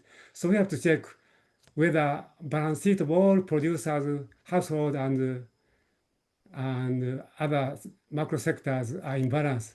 At the same time, you see, whenever banks accept deposit from corporations and household, their deposits consist of the deposit of household and producer. So that means their liability of deposit have to be equal to producer's asset of deposit and household asset of deposit. So this is called a flow function check. So in this way, this model have to show that balance sheet balance is okay, and flow fund checks across the sectors are also okay. So this is another check. So this shows that balance check of all sectors and flow fund checks are all good. So this is just unit is 0.000. So this is almost close to 0. So this is all in balance. And this next check is here.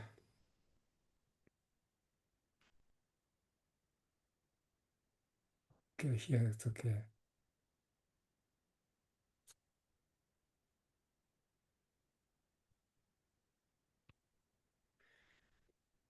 I showed in my model, that means money stock have to be equal to all total debt. So that means money stock is equal to total debt. This is another check.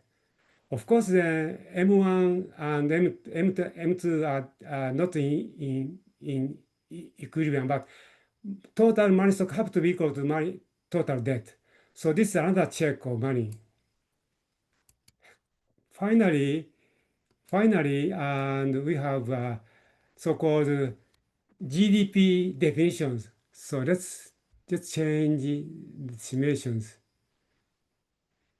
So at the equilibrium, all concept of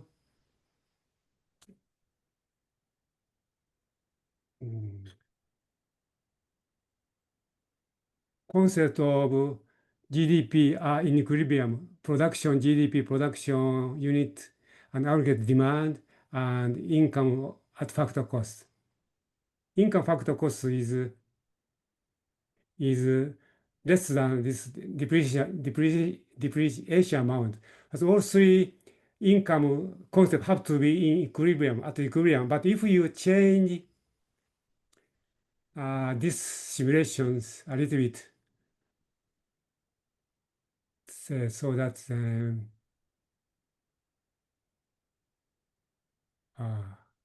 no. So that let's see. Investment is now changed a little bit. Okay, this way. So let's move to this one. So in this way, the total money supply is still equal to total debt. So that means our model is still correct. That all money stock put into circulation is equal to total debt by macro sectors. At the same time, macro concept of GDP are different at the disequilibrium. This is the disequilibrium point. Now you see. So, and as long as I understand, this is the first time that we challenge the traditional concept of macroeconomic GDP accounting. It's totally imprecise.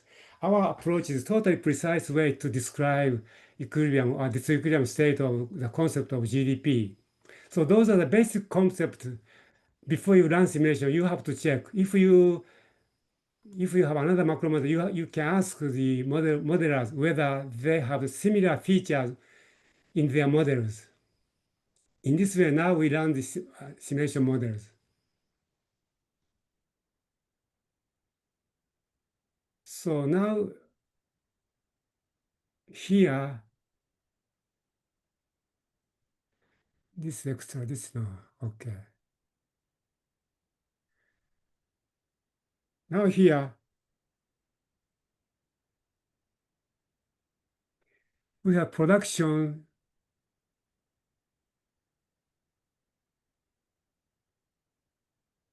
Okay. This full capacity is equal to desired production and equal to actual production. So three concepts of productions are equal at the equilibrium. This is exactly neoclassical situation. So this kind of long-run equilibrium equation. So this produces also long-run downward demand, average demand curve. So this long-run equilibrium can be only attained when price is flexible. But now suppose price is not flexible. That means we can now fix the price. So we move from neoclassical long run to the Keynesian fixed price analysis.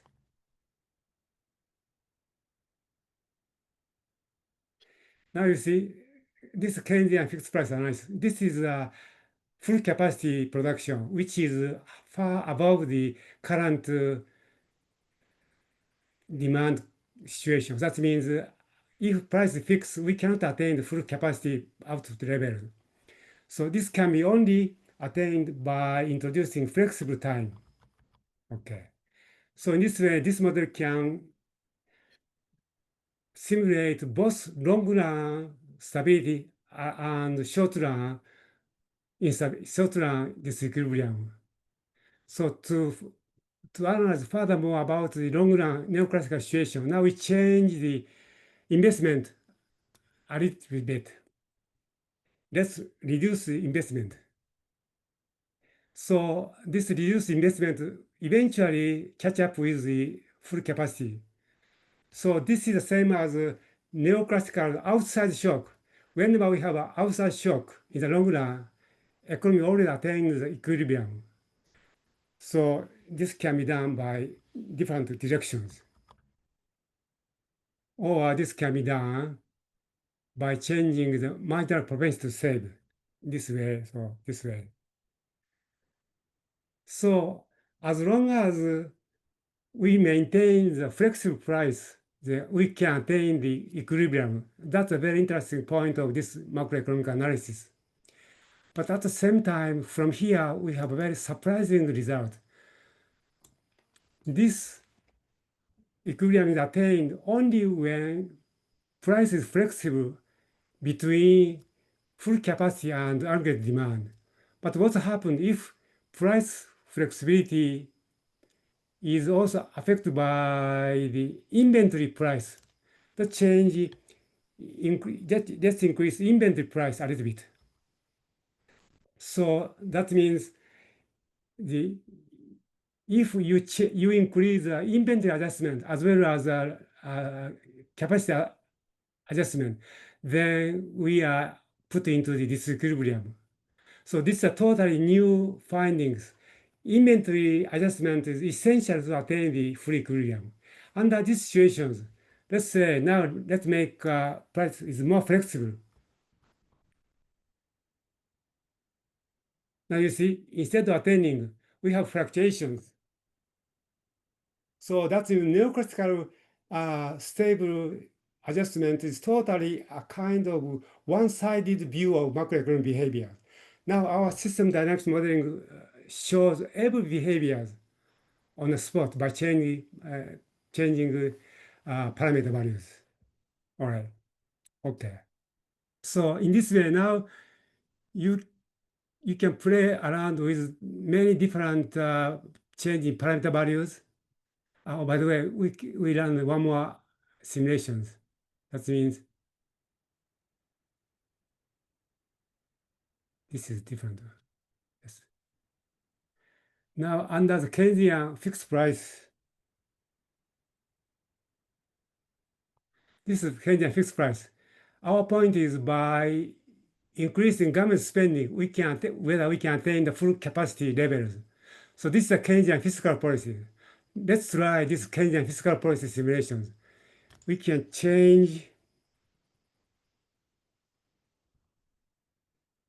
the government level, spending level, and change the fiscal policies applied around the time, say, 7 or 8. Okay, in this way, now fiscal policies applied to stimulate the economy by increasing government expenditure. Now you see, by increasing government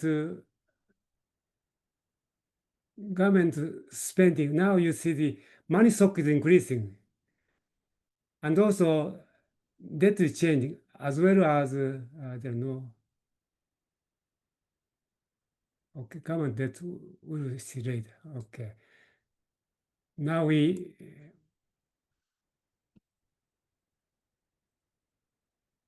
attain the full capacity.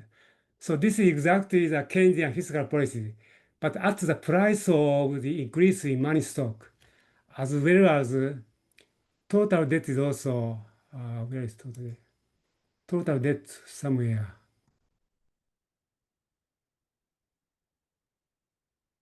The government total debt is also increasing, you see, in this way.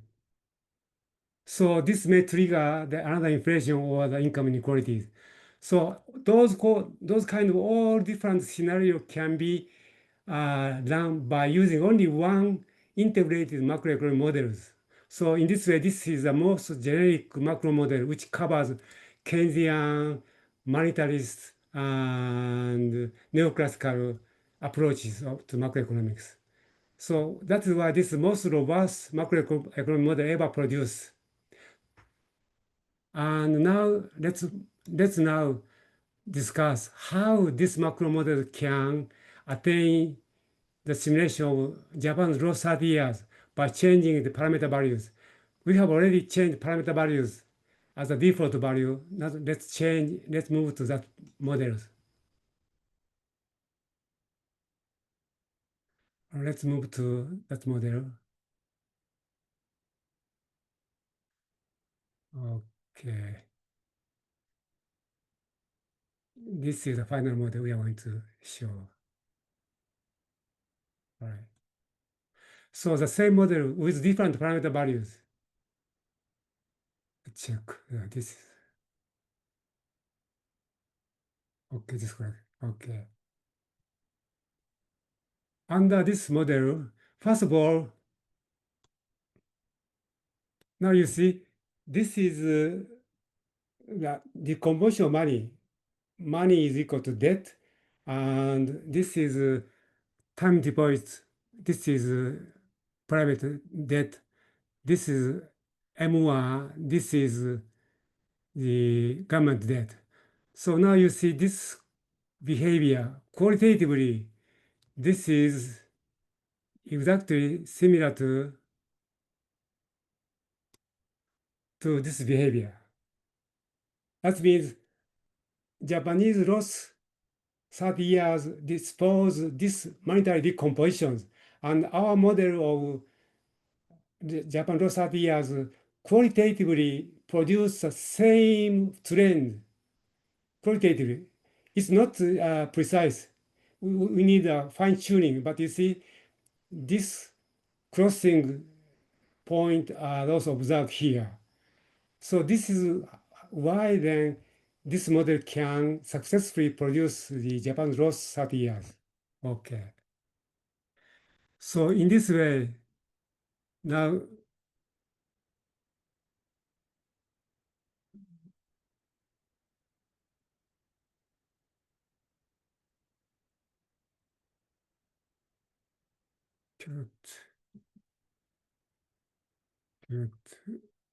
okay. Here is our final simulations.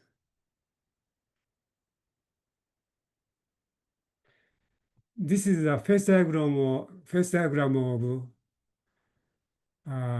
ISM curve. This is income axis. This is interest axis. Okay, it's a little bit. Make it a little more bigger. 360, 560.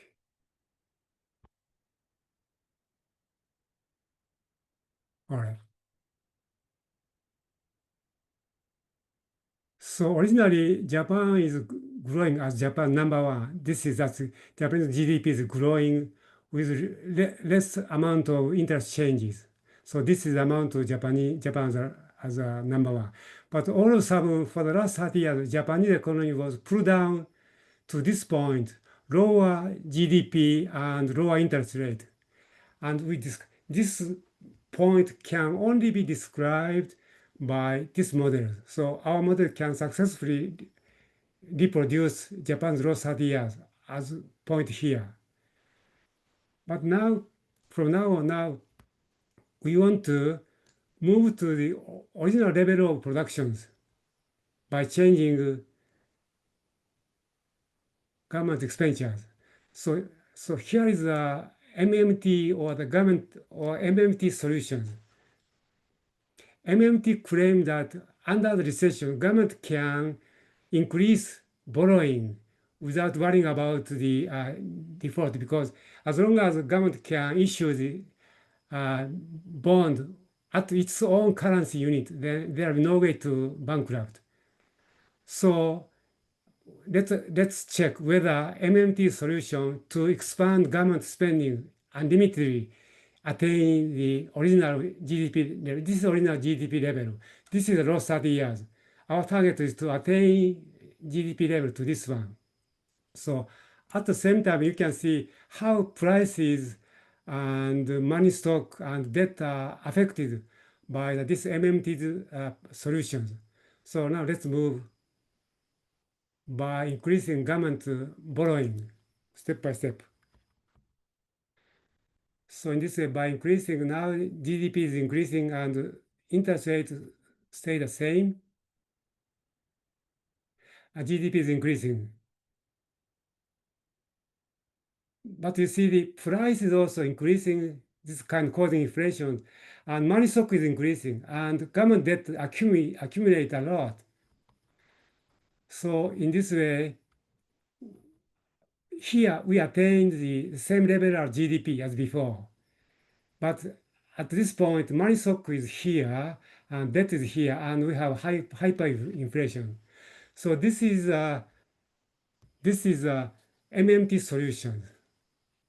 On the other hand, now let's try the public money solutions.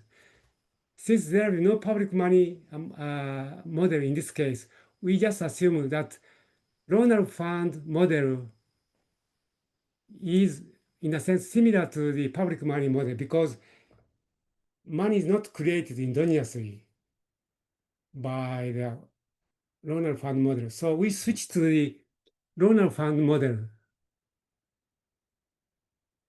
So under rural fund model, Great Depression cannot be observed. Instead, the decrease in investment is made along this LM curve. So to find out if public money or monetary increase can attain this level, we first restore this investment level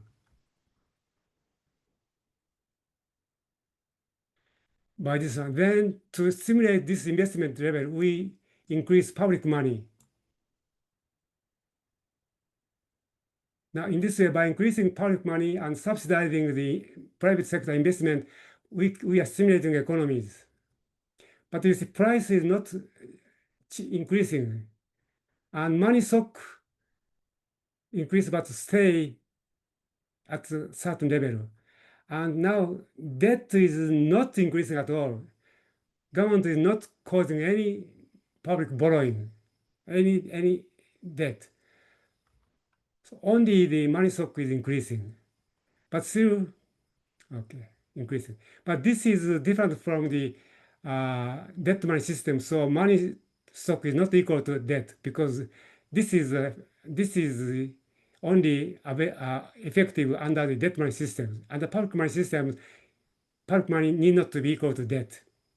So in this way, now we attain the same level as GDP without increasing government debt and without increasing monetary stock, and price is stabilized. So in this way, this is a simple simulation to show how two different methods. That means the target is to get to the original Japan number 1 point. This is the Japan lost 30 years current point. So by applying MMT solutions, we moved from here to this one. So GDP is attained, but the interest rate still remains low. And on the other hand, using public money, then we attain the same GDP level at by this point. And now we compare the solutions. We have the same public money and debt money solution here, but now compare the price. This is a MMT price. We have a hyperinflation, public money solution. Money is stabilized, and money stock hyper increase causing hyperinflation, and public money solution, money stock is stabilized. Then under MMT solutions, debt continue to accumulate. Meanwhile, public money debt does not occur at all.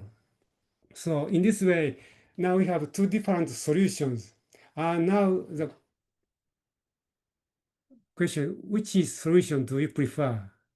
Okay, it's obvious from our simulation that we should move to the public money solutions to attain more stable situation. We didn't discuss income inequalities. Income inequalities that's discussed in the next paper. In this paper, recent paper discussed how then under the debt money system, income inequality is created and inflation is intentionally also caused. So by comparing those things, it's obvious which is the solution. If you think that economics should be the science, we have to follow the scientific analysis, not the threat by the globalists. Don't touch the money. Without touching money, how can we analyze the economic behavior scientifically? So that is the main point we wanted to share with you. So for the economics to be scientific, we have to share the same scientific model, which can be accepted by almost all economists, because there are no public, no ideologies, no distorted visions. All things are just determined by the different parameter changes. So this is the way we try to understand public money. Again, this model can increase neoclassical long run and Keynesian short run by introducing different money, and also you see here the money is only made available out of time deposit. This is a loan fund solution, but money is made available unlimited by creating out of nothing. This is a debt money solution. So in this way, we have different models are put into together simultaneously. So this is why I really hope younger researchers can use this money as a basis of their new macroeconomic analysis and try to discuss the future situations by using this model as a scientific approach to macroeconomics. Thank you very much for your attention. This is the end of, oh, sorry, I just, So many thanks, Professor Yamaguchi, for leading us through your very impressive model. However, I think if you want to introduce it as a normal human being, you need to make a driving license for that. yes, play around with student. You can play around by changing parameter. Oh, anyways, to produce different behaviors.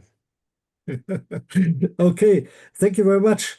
Then our time is already in progress. Then I would like to ask Mr. Schuster, the founder and the chair of the Friede Gard Foundation, to start with his presentation about public money, the ultimate building block for a circular economy, ? Mr. Schuster, please.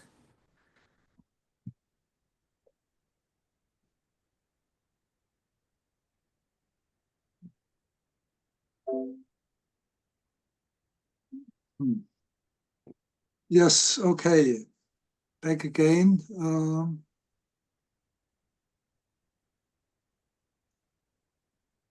Okay. Now it seems to work. Can you see the slide? Very well. Okay. So I have termed it some preliminary reflections because it's the output of, let's say, the last 25 days as opposed to this gigantic and impressive scientific building which Professor Yamaguchi has erected in the last 25 years, with a lot of labyrinths needing the driving license. Okay. The question is, or the idea is, can we combine public money and circular economy?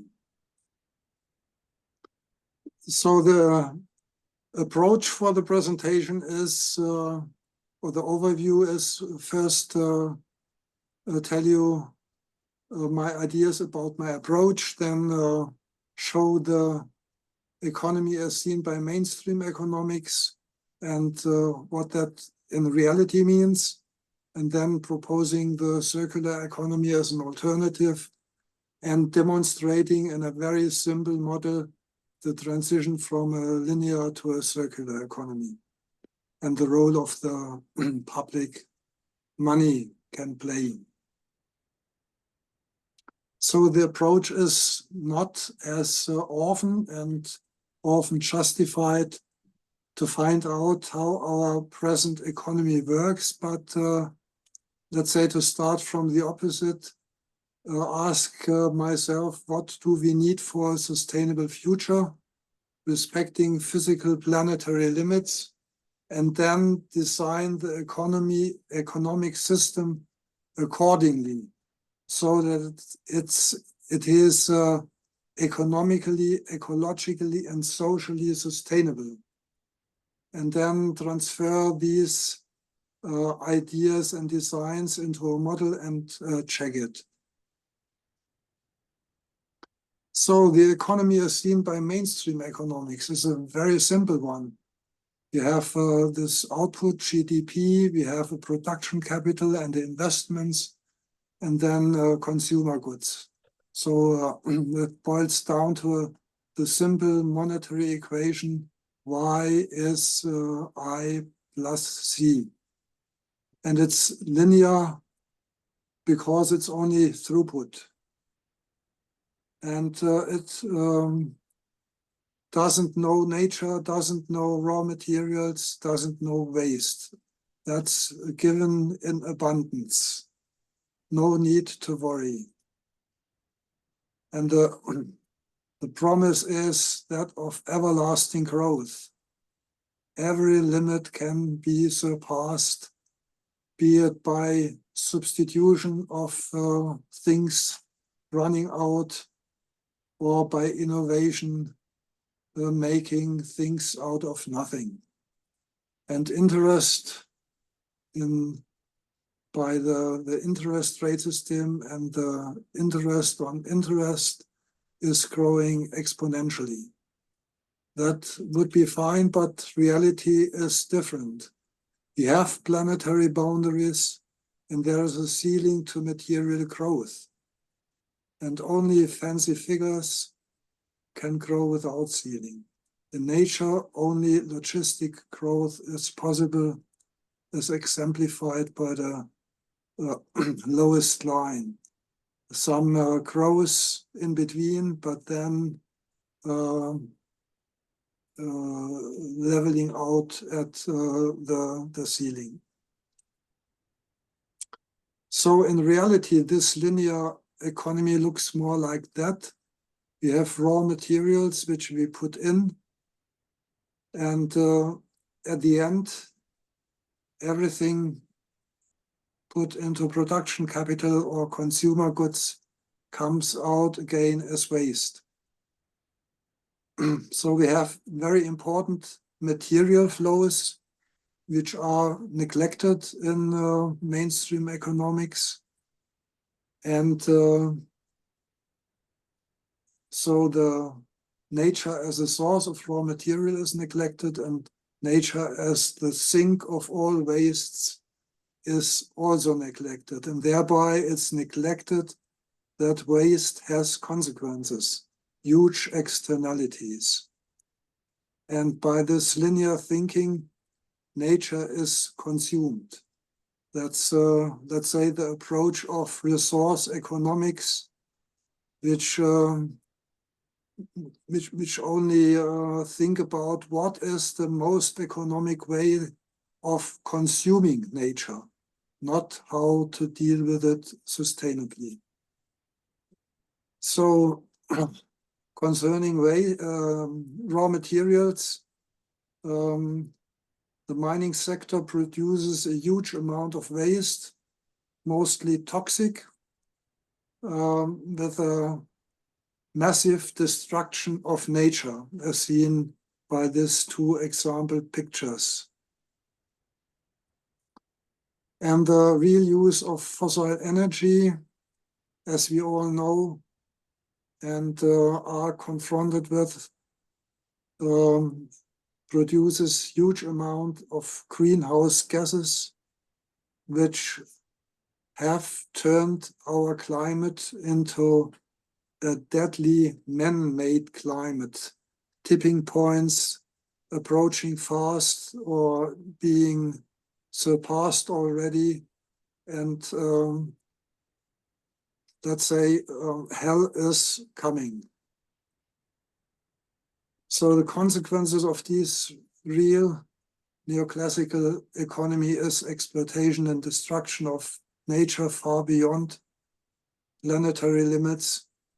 Going to that, what Antonio Valero has named Thanatia, the opposite of Gaia, not the living earth, Gaia, but the dead earth, Thanatia, to the German, the Greek god Thanatos. We are flooding nature with a huge amount of wastes, etc., destroying biodiversity, etc. On the social side, we have in some parts of the world, let's say here in our rich countries, an affluent society, and in the rest of the world, but not only in the rest, but also some here with us, 800 million or more hungry people. A very unfair distribution of wealth, where the super rich 1% owns 50%, and the poor 1% owns, poor 50% own 1%. And the fight is sometimes very violent, with much violence to secure the profits. You can read often that environmental activists are killed, and the overall business model is dependent on growth, which goes into deadly growth. And that's combined with a green colonialism, where the rich today also think that they are entitled to the Earth's resources for their green transformation, as the Western colonialists in the 19th century thought that the wealth of nature belongs to them and no one else. So the summary is, all may look reasonable from a business point of view, but from the overall perspective, it's not ecologically sustainable, not socially sustainable, not economically sustainable. And as we see in the last few years, not geopolitically sustainable. So sustainability should be the target, or is proposed as the target, but from many only with lip service, not with true actions towards this goal. Yes, I just skip over it.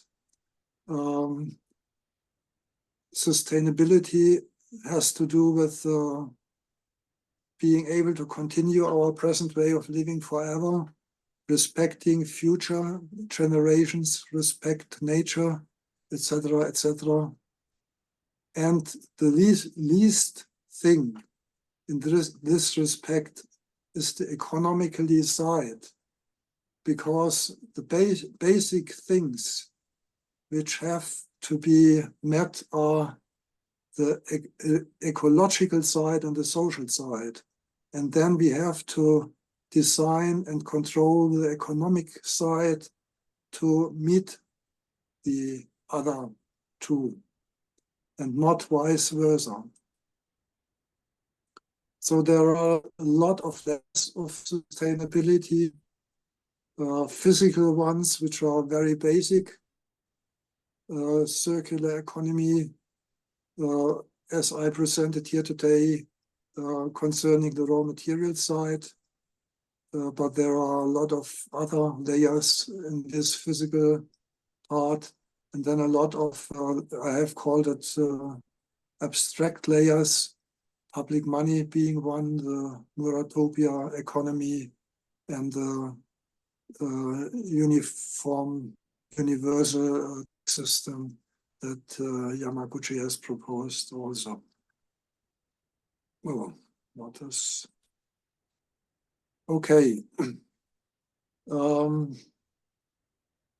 The rescue can come by a sustainable circular economy, which phases out the exploitation of the planet to get to virgin natural resources, and instead use the accumulated waste from all the sectors via recycling to provide the raw materials for the future economy.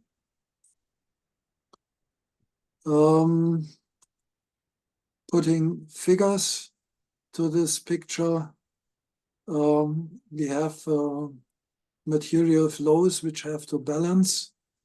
That's one constraint.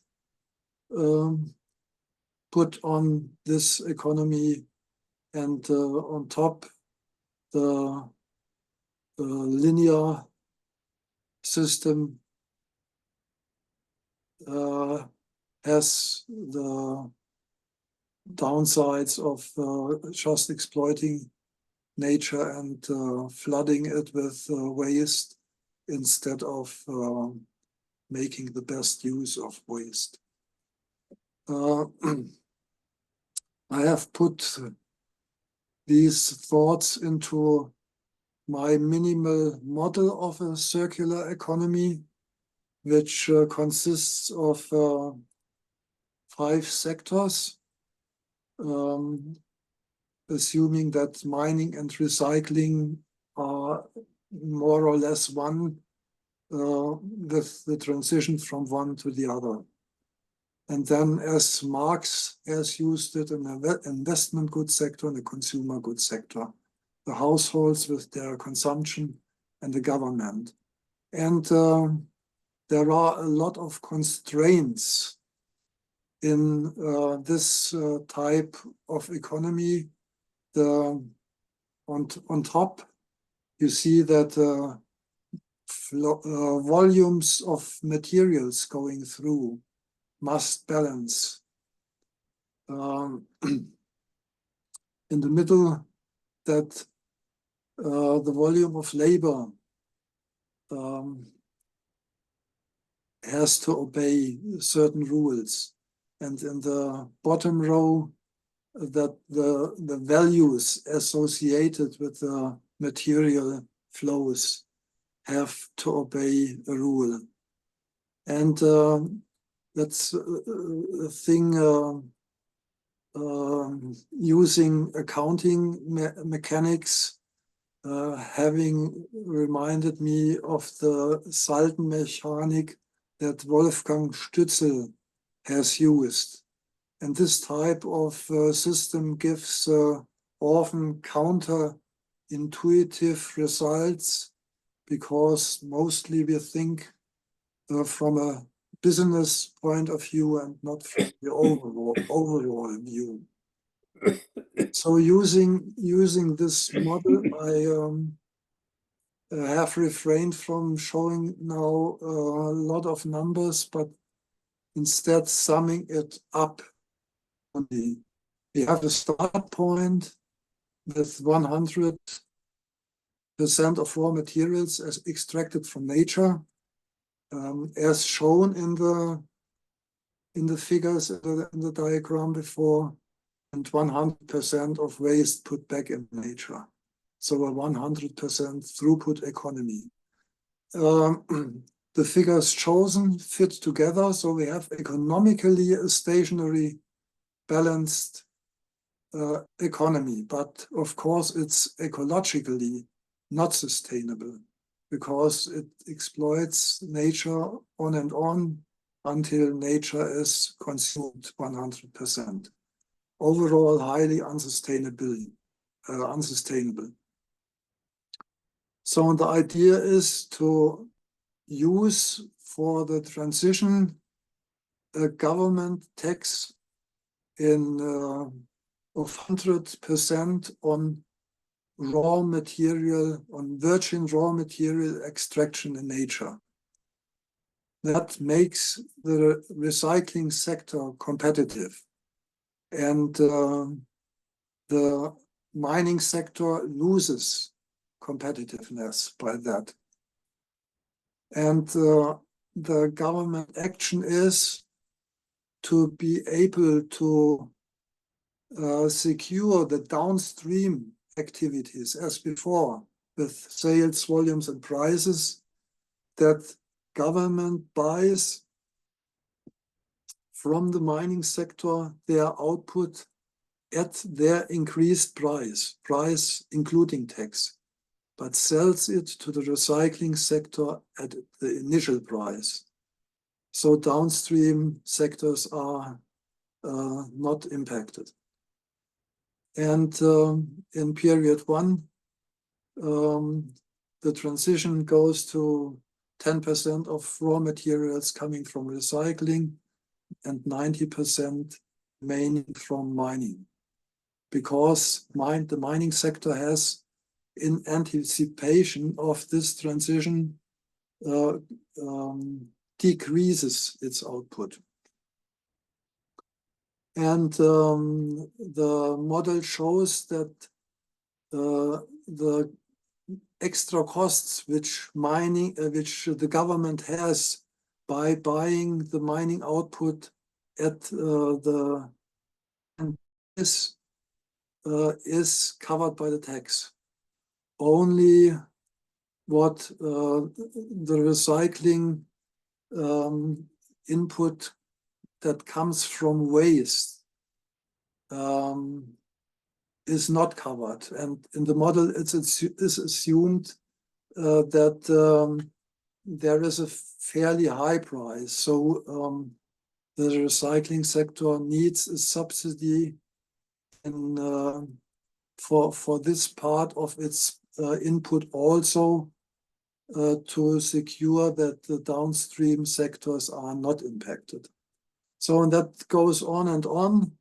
And after 10 or 11 periods, we have fully 100% circular economy.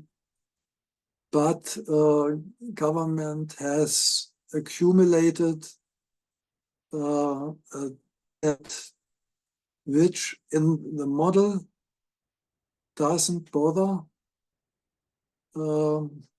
because downstream all volumes and prices stay as they have been. So public money behaves, let's say, as neutral.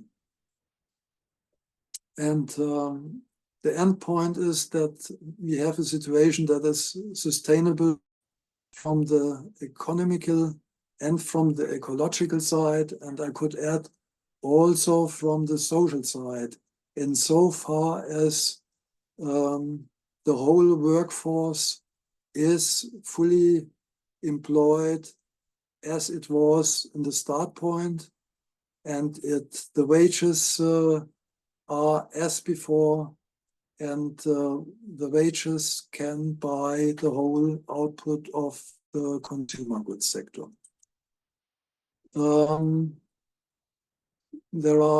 I have tried several scenarios, let's say parameter settings, and well, it shows that mostly one ends in a downward spiral because the situation at the end is that the wages are not enough to buy the consumer output, so that the upstream sectors decrease their output in the next periods, which means that they lay off workers so that the wages decrease further and the gap remains. This situation, as described before with government action, which keeps the economy stationary, we can have it also remaining stationary with a raw material efficiency increased, so that the raw material input is no longer 100 but only 60 units. And if we establish a service sector, even the annual deficit could be of the government could be avoided, but at the cost of putting the burden of this 60 monetary units on the workers in the service sector, which get their wage dumped from 100% in the other sectors to only 50% in the service sector. But this established service sector could take up the 120 laborers from the other three sectors if they would adapt their workforce from the 100% to 60% output level. Another basic fundamental scenario is that we have no tax, but we impose on the mining sector to internalize all external costs, which means that their costs rise. I have termed that here 100% price shock. And also in the without action of the government, all ends in a downward spiral. There is one scenario where not only the downstream sectors, but also the mining sectors reduces their output from 100 to 60%. And the service sector is established. We have the same situation as above. And this downward spiral is independent of the wages being held constant or decreased or increased. These model runs show that an adaptation to price shocks is by as easy as neoclassical mainstream pretends, by showing us their X diagrams where they move the demand curve and the supply curve, and then it adapts and the curves are shifted back, and we have a new equilibrium. And the most critical part is if we want to decrease this government deficit, is raw material efficiency, not capital or labor productivity. And the model runs, let's say, show also that benefits of labor productivity have to be put into leisure time, as already John Stuart Mill proposed it, not to labor reduction, because that would lead to imbalances on the labor market. So the role of public money. First, a short characteristic of the two scenarios, the tax and the internalization obligation. Both would give a price shock to downstream industry if nothing happens. But if government tries to act, it can protect downstream industries from this price shock by paying with public money for the extra costs that arise. So primary effect is that there's a money injection to cover the additional costs, without effect then for the downstream industries with respect on volumes and costs, including employment and wages. And the secondary effect is, presumably none, because public money created bears no interest payments for the government and is not paid back. And the model runs show that in the aggregate picture, the situation in the downstream sectors stay constant. But that should be put to further analysis. As a remark here, public money could be seen as a kind of replacement of former tax revenues. On the right side, you see the corporate taxes, which the red line, which have gone down in the last 60 years or so from 50% to 15%, and the marginal income rates, which have been after the Second World War often in the region of 80 to 90%, which are going down, have gone down to approximately 40%. And the taxes on capital income even lower, in Germany only 25%.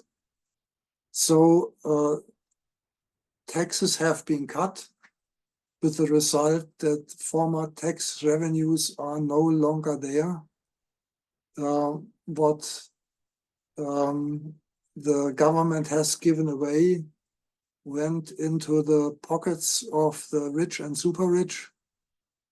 And that was the intention, because the lobbyists persuaded the legislators that the private sector can make better use of money than government, forgetting the fact that only government can be in deficit, private sector cannot, and insofar is very reluctant with investments which bear too much risk and offer too little interest. So I see a synergy of public money and the circular economy coming from two sides to stationary economy. And I think we need not be afraid by the term stationary economy, because stationary is not static. There is room and need for further research, getting smarter and smarter, making better use out of the waste, optimizing recycling, optimizing many things.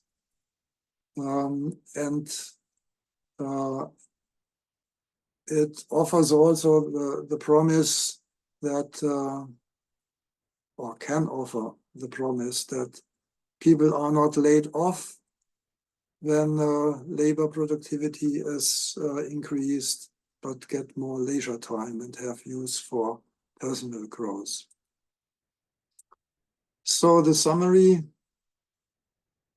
a stationary circular economy, raw materials coming from waste, the recycling rate of 100% was seen by Bob Ayres as possible, but even if it's not 100%, that can be compensated by improved material efficiency. And growing population can also be compensated by improved material efficiency. The public money component of this economy removes the growth imperative by interest rates and debt growth. And public money has also the big advantage that it's instantaneously available as it is needed. There's no time needed for nudging the super rich to persuade them to invest in infrastructure projects, etc., etc., education which promises too little profit. Of course, rules for wise use of public money need to be developed. So when I spoke of government, I didn't mean the prime minister or the chancellor or the president, but an independent state authority which takes care of the rules so that the system is not misused. So overall, very short, the system can be ecologically sustainable, socially and economically, and even geopolitically sustainable. Thank you for your attention. Many thanks, Mr. Schuster. Now it's to 1 o'clock. I would like to ask the audience, do you have any understanding questions, comprehension questions to the and the presentation of Mr. Schuster? If yes, please hold up your hand, or then we can let you ask. You also can write it down into the chat. That's also a possibility.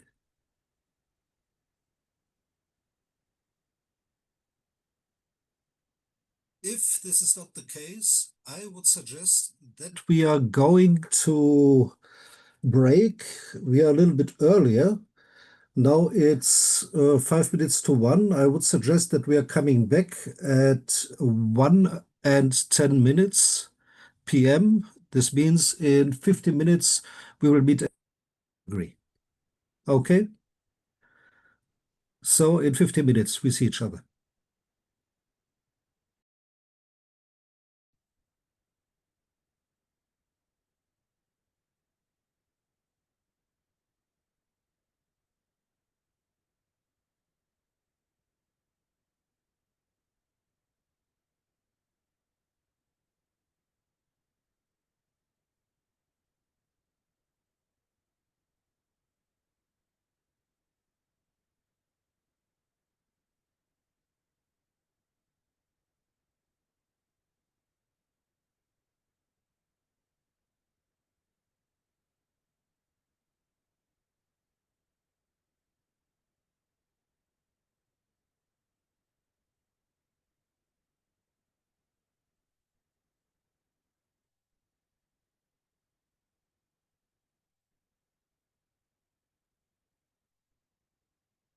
So, ladies and gentlemen, then let's start with the discussion slots.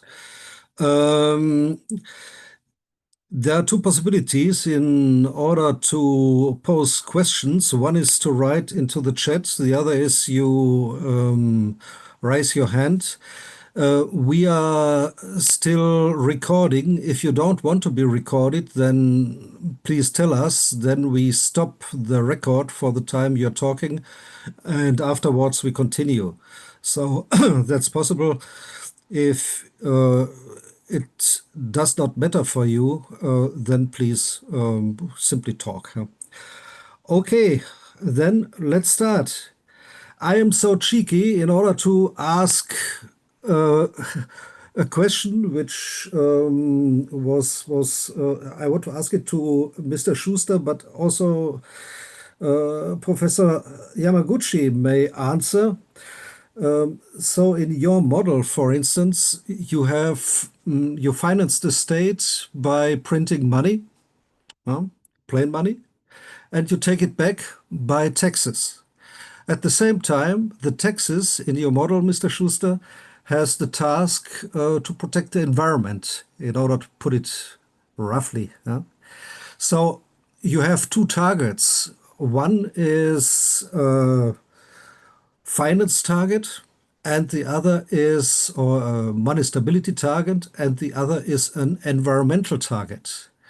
So I had immediately to think about Jan Tinbergen with his Tinbergen rule, that it's difficult to pursue at the same time two targets with one instrument. So otherwise, what happens if the tax rate you need in order to stabilize the monetary system is quite different than you need to for environmental purposes? So I'm curious for your answer. This should be an ice-breaking question. No, it's your turn. Okay, you have put the question. I should answer. Well, as I said, that's preliminary thoughts, but I suppose there is a misunderstanding, because what you say with two objectives, with one means, I think is not right, because there were two scenarios. One is putting a tax on virgin material extraction to discourage material extraction. And the second scenario is put obligations on the mining sector to internalize their external costs. And in this model scenario, both scenarios have to do with this 100% price increase, one by obligations and the other by taxes. But how would you decrease the money supply if there's too much circulating, if without taxation?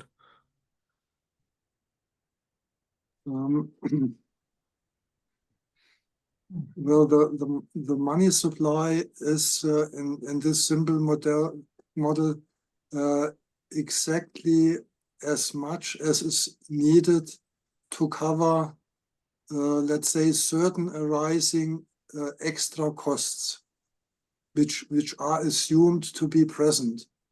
So it's assumed that recycling maybe gets the waste for nothing, zero, and even the sectors which give their waste don't have to pay, but there is, let's say, some additional costs for certain chemicals, certain research to be able to do the recycling, etc. And these extra costs would be covered by this public money injection. Okay, I'm still not convinced about your answer, but now we have different one. We talk about this face to face another time. There's a question from Thomas Brodbeck from a newspaper, Nahe Zeitung. Mr. Brodbeck, do you want to ask yourself? Oh, yes, I can. Thank you. Really interesting and many thanks for the speaker, both, and not both, all of you. The question is there any chance, or do you see any chance to realize the idea of public money or cycling economy, or is it somewhere realized or on the way to be realized? Maybe let's answer Professor Yamaguchi in order to have it a little bit more balanced. Professor Yamaguchi, did you get the question? You must turn your microphone on.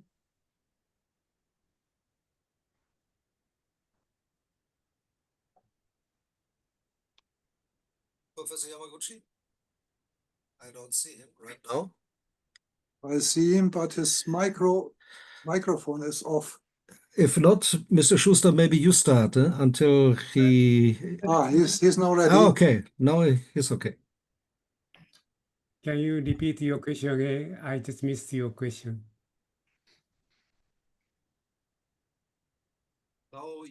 Yes. So should I repeat the question? Okay. Please, yes.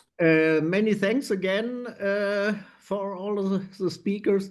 My question is, do you see any chance to realize the cycling economy or the public money idea, or is it somewhere on the way to be realized, or is it somewhere realized?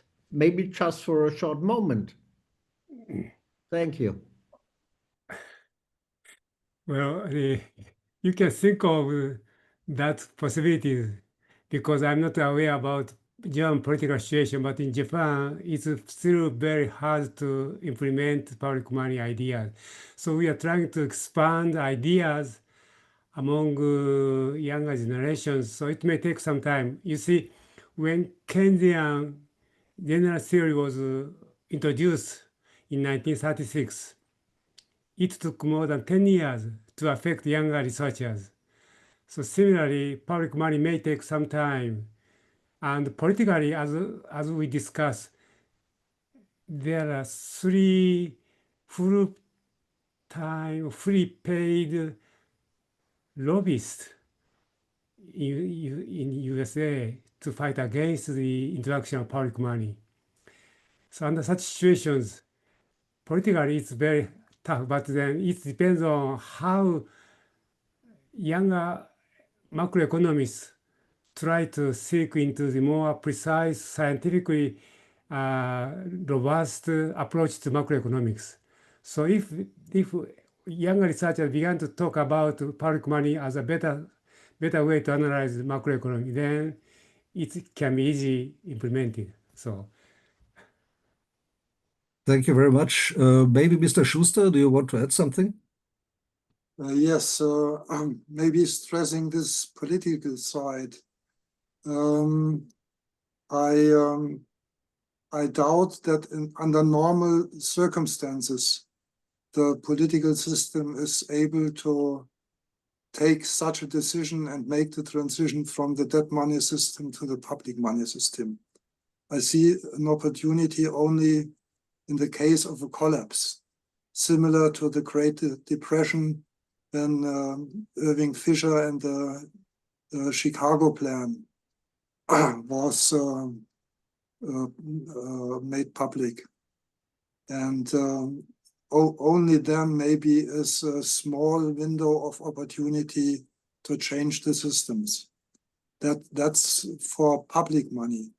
For the circular economy, I think in many parts, also in the European Union, there are plans. There is a lot of research work going on.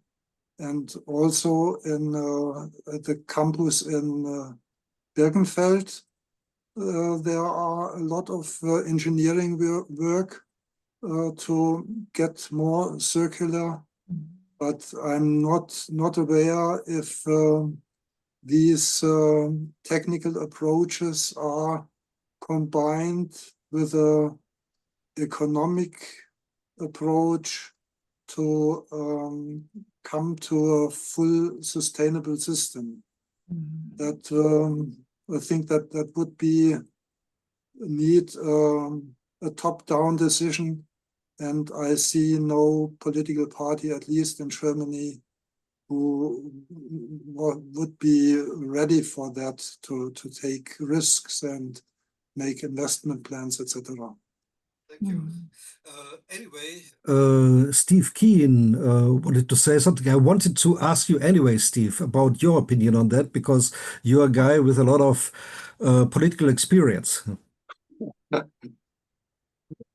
Your micro is switched off. Thank you, Dirk. Yeah, frankly, there's no possibility of positive reform being done in this sense. We've experienced 50 years of what I call not reforms, but deforms, as neoclassical economists and politicians and bankers have enjoyed removing all the restraints we had on the banking system after the Great Depression and set us up for the global financial crisis. So I think there's no chance, but we have to at least imagine what a post-crisis monetary system could be. And that's what the exercise is really about. So if we're going to have a civilization after global warming becomes too obvious even for Donald Trump to ignore, then we need to think about it before Donald Trump stops ignoring it. And that's what I think Gert and Kaoru are doing here. So I'm very positive about that. Unfortunately, I have a criticism of the accounting in Kaoru's model, because part of what he argues is the tendency for the level of government debt to continue rising exponentially over time. And that's one reason for public money. I'm ambivalent on public money. People might be aware of that for a number of reasons.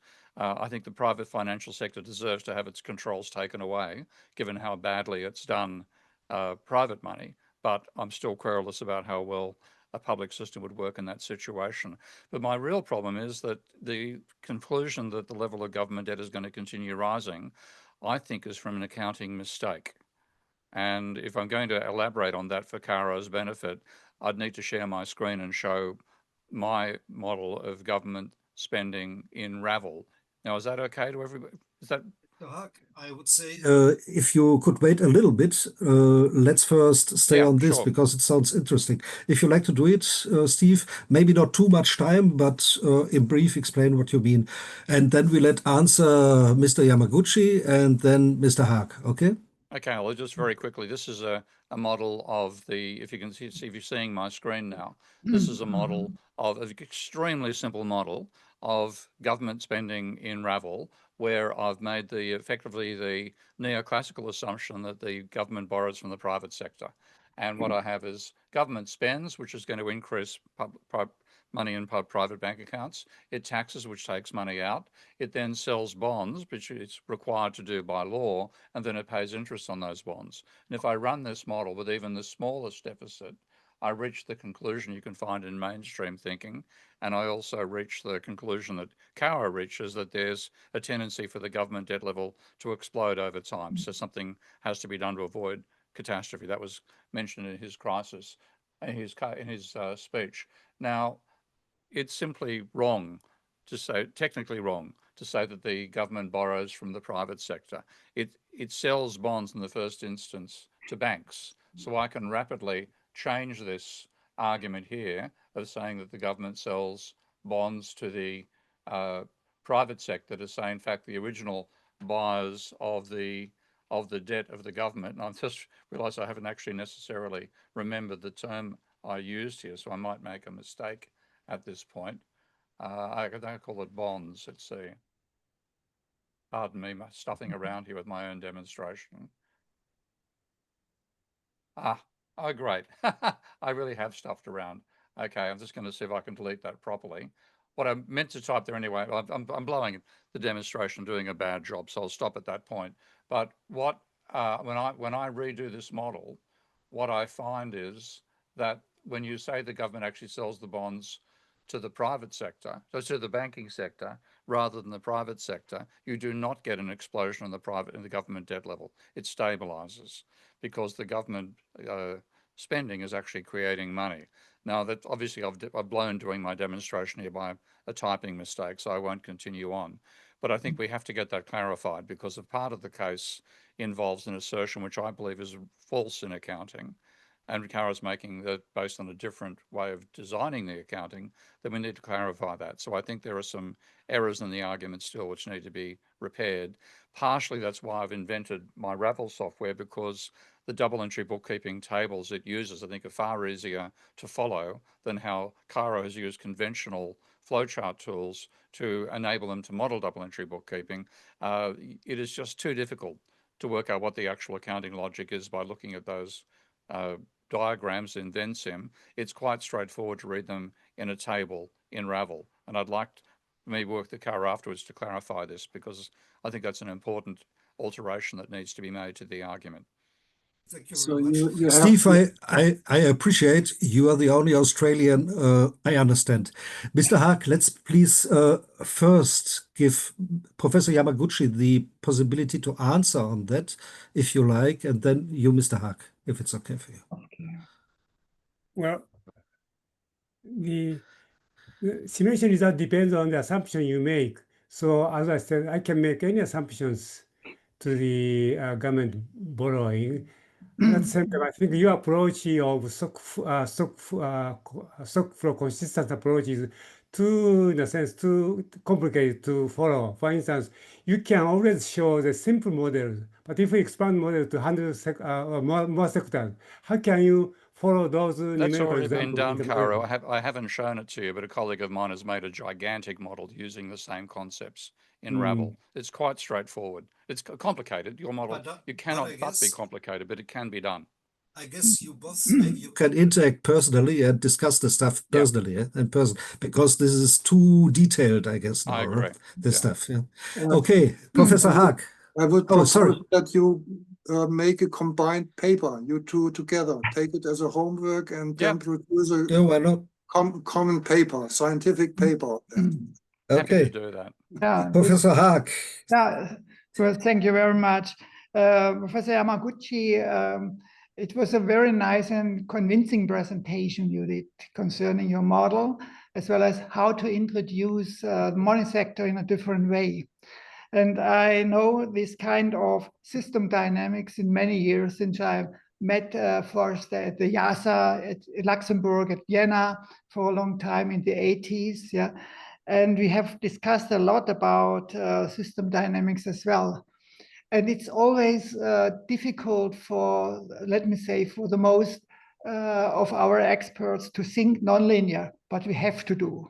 I think it's very important that we have to do, and we learn a lot about those unexpected effects which came from nonlinearities in a system. Insofar, it's very important to keep the models as small as possible, as already Einstein told to us. Yeah, models should be as simple as possible, but not too simple. Yeah, of course, and I think that's a very important point. And I think it is in so far an important point because all the parameters we have to introduce in our models, if we use system dynamics or anything else, have to be determined via experience, via data or whatever. And all those model parameters have a lot of fluctuations around, uncertainties in the dynamics. And because of the nonlinearities, those uncertainties can also have unexpected effects in the dynamics. Yeah? And therefore, I think it is very important to keep our models as simple as possible for the understanding, and that it will be accepted from the, let me say, from the community as such, who always have problems to come up from to go a different way. And insofar as I'm very happy that you presented your model in such a surrounding way, and it was very nice to follow you, and I'm really excited from this kind of model you presented. Thank you very much. Thank you very much. Professor Yamaguchi, do you want to answer? No, not so. Well, system dynamics and accounting system dynamics looks similar, but it's totally, in a sense, in a totally more different way to create model. So I really like you to, since you are familiar with system dynamics, I really like you to try my accounting system dynamics modeling. Mm-hmm. It's really more interesting, especially if when you handle the flow money.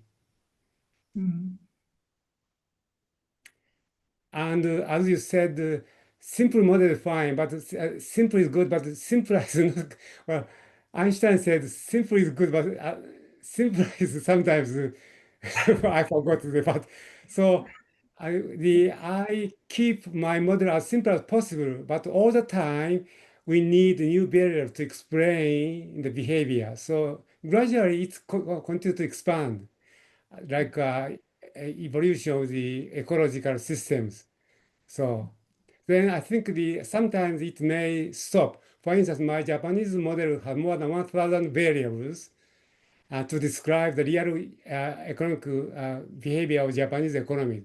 But that's not enough to, if we include more foreign sector, it may exceed 2,000 variables, but it's still easy to understand once you follow the logic of accounting system.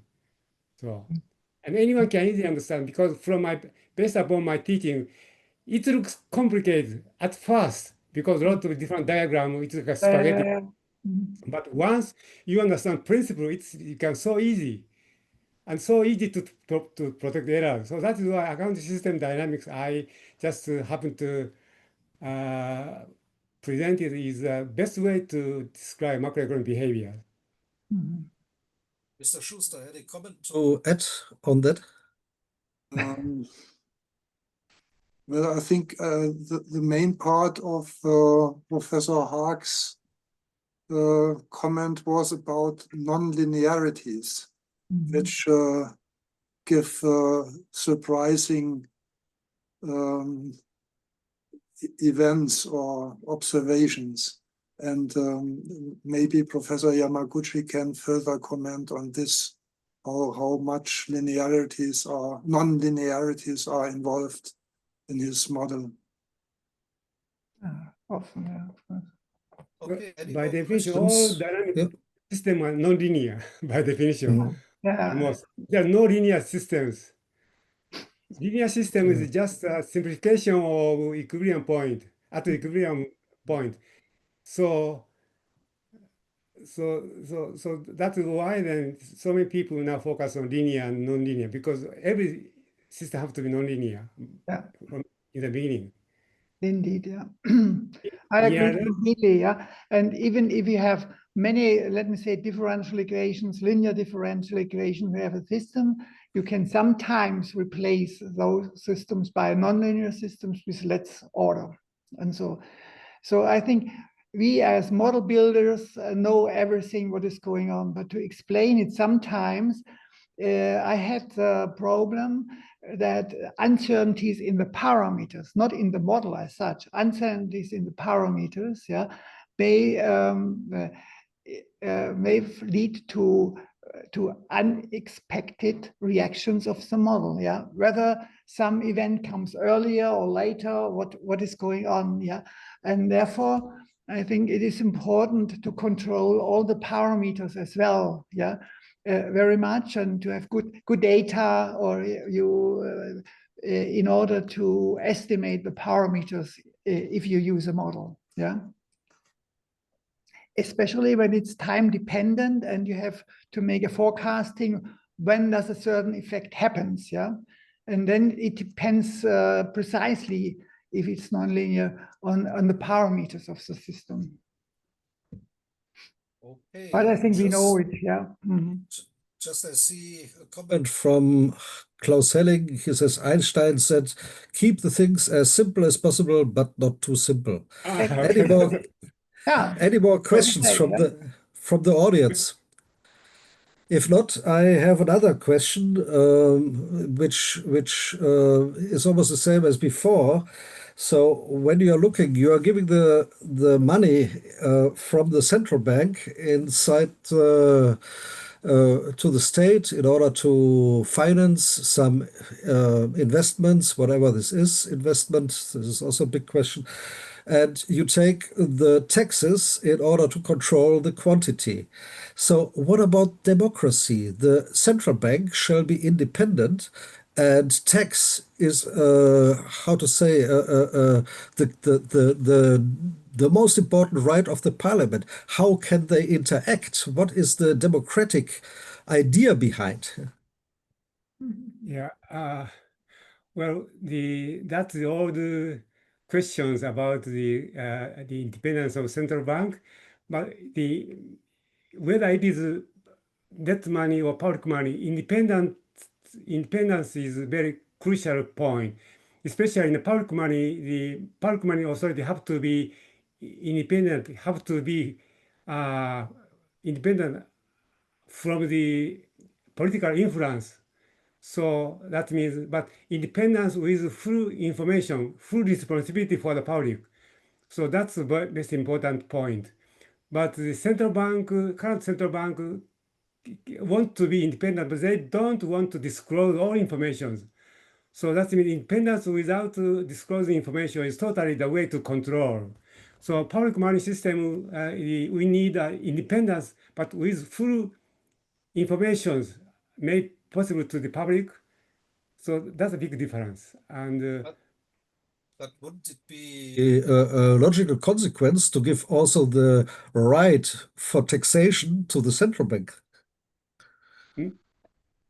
Wouldn't it be a logical consequence if you want to control the money supply to give also the right for taxation to the central bank?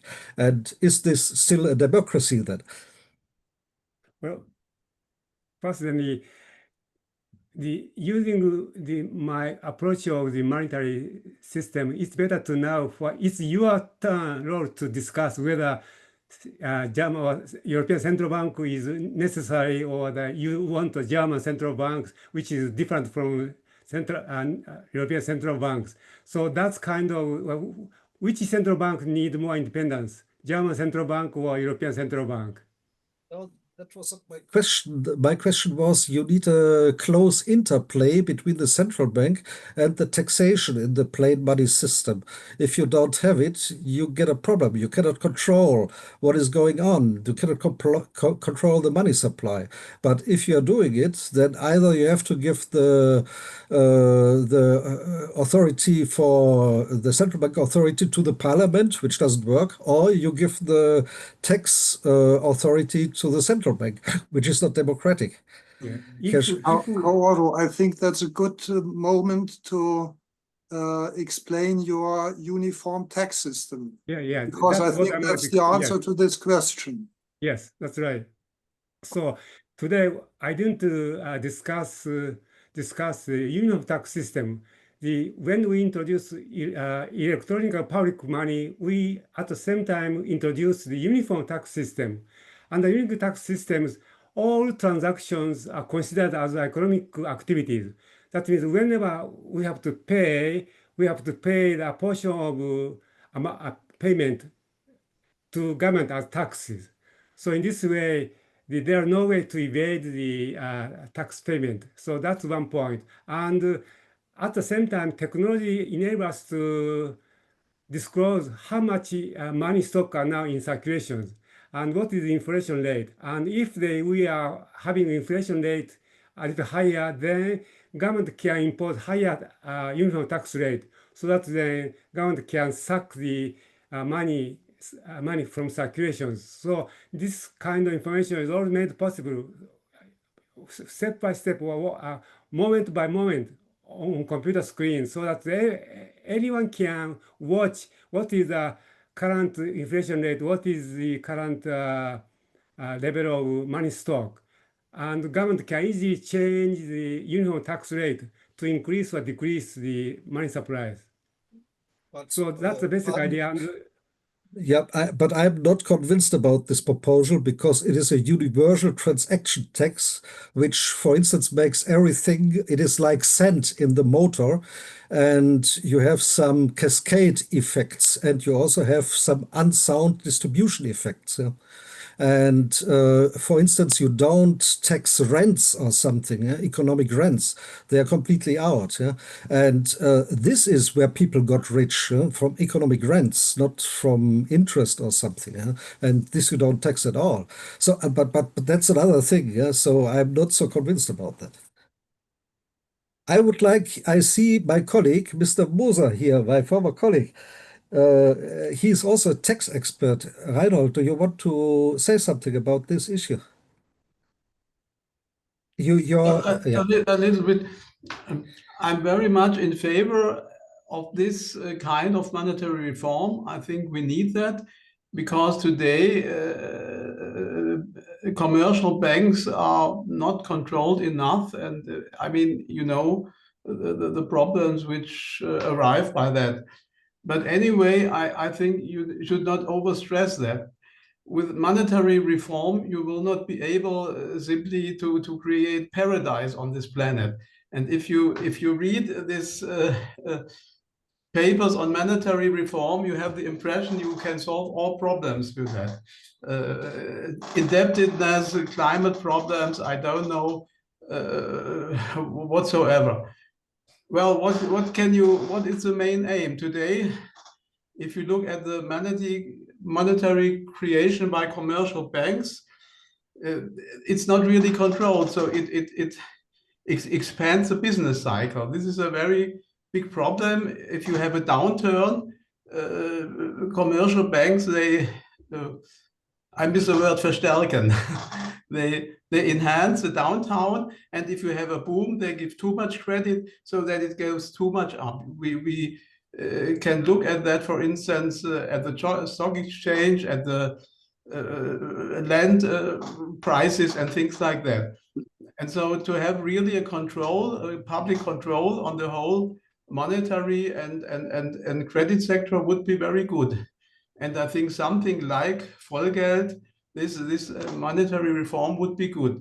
But it has nothing to do with taxes. It had nothing to do with indebtedness. And for instance, it has nothing to do with inflation. Inflation depends on the wage rate, how you have increase of the wages. So I would recommend not to overstress it. I would recommend really to get into detail how this monetary reform can be implemented, and we will have a lot of positive effects, but we will not solve everything. So taxes have to do nothing with the monetary reform, and I would say it's not a good idea to give this money supply via the government, which is part of this reform. You should separate that.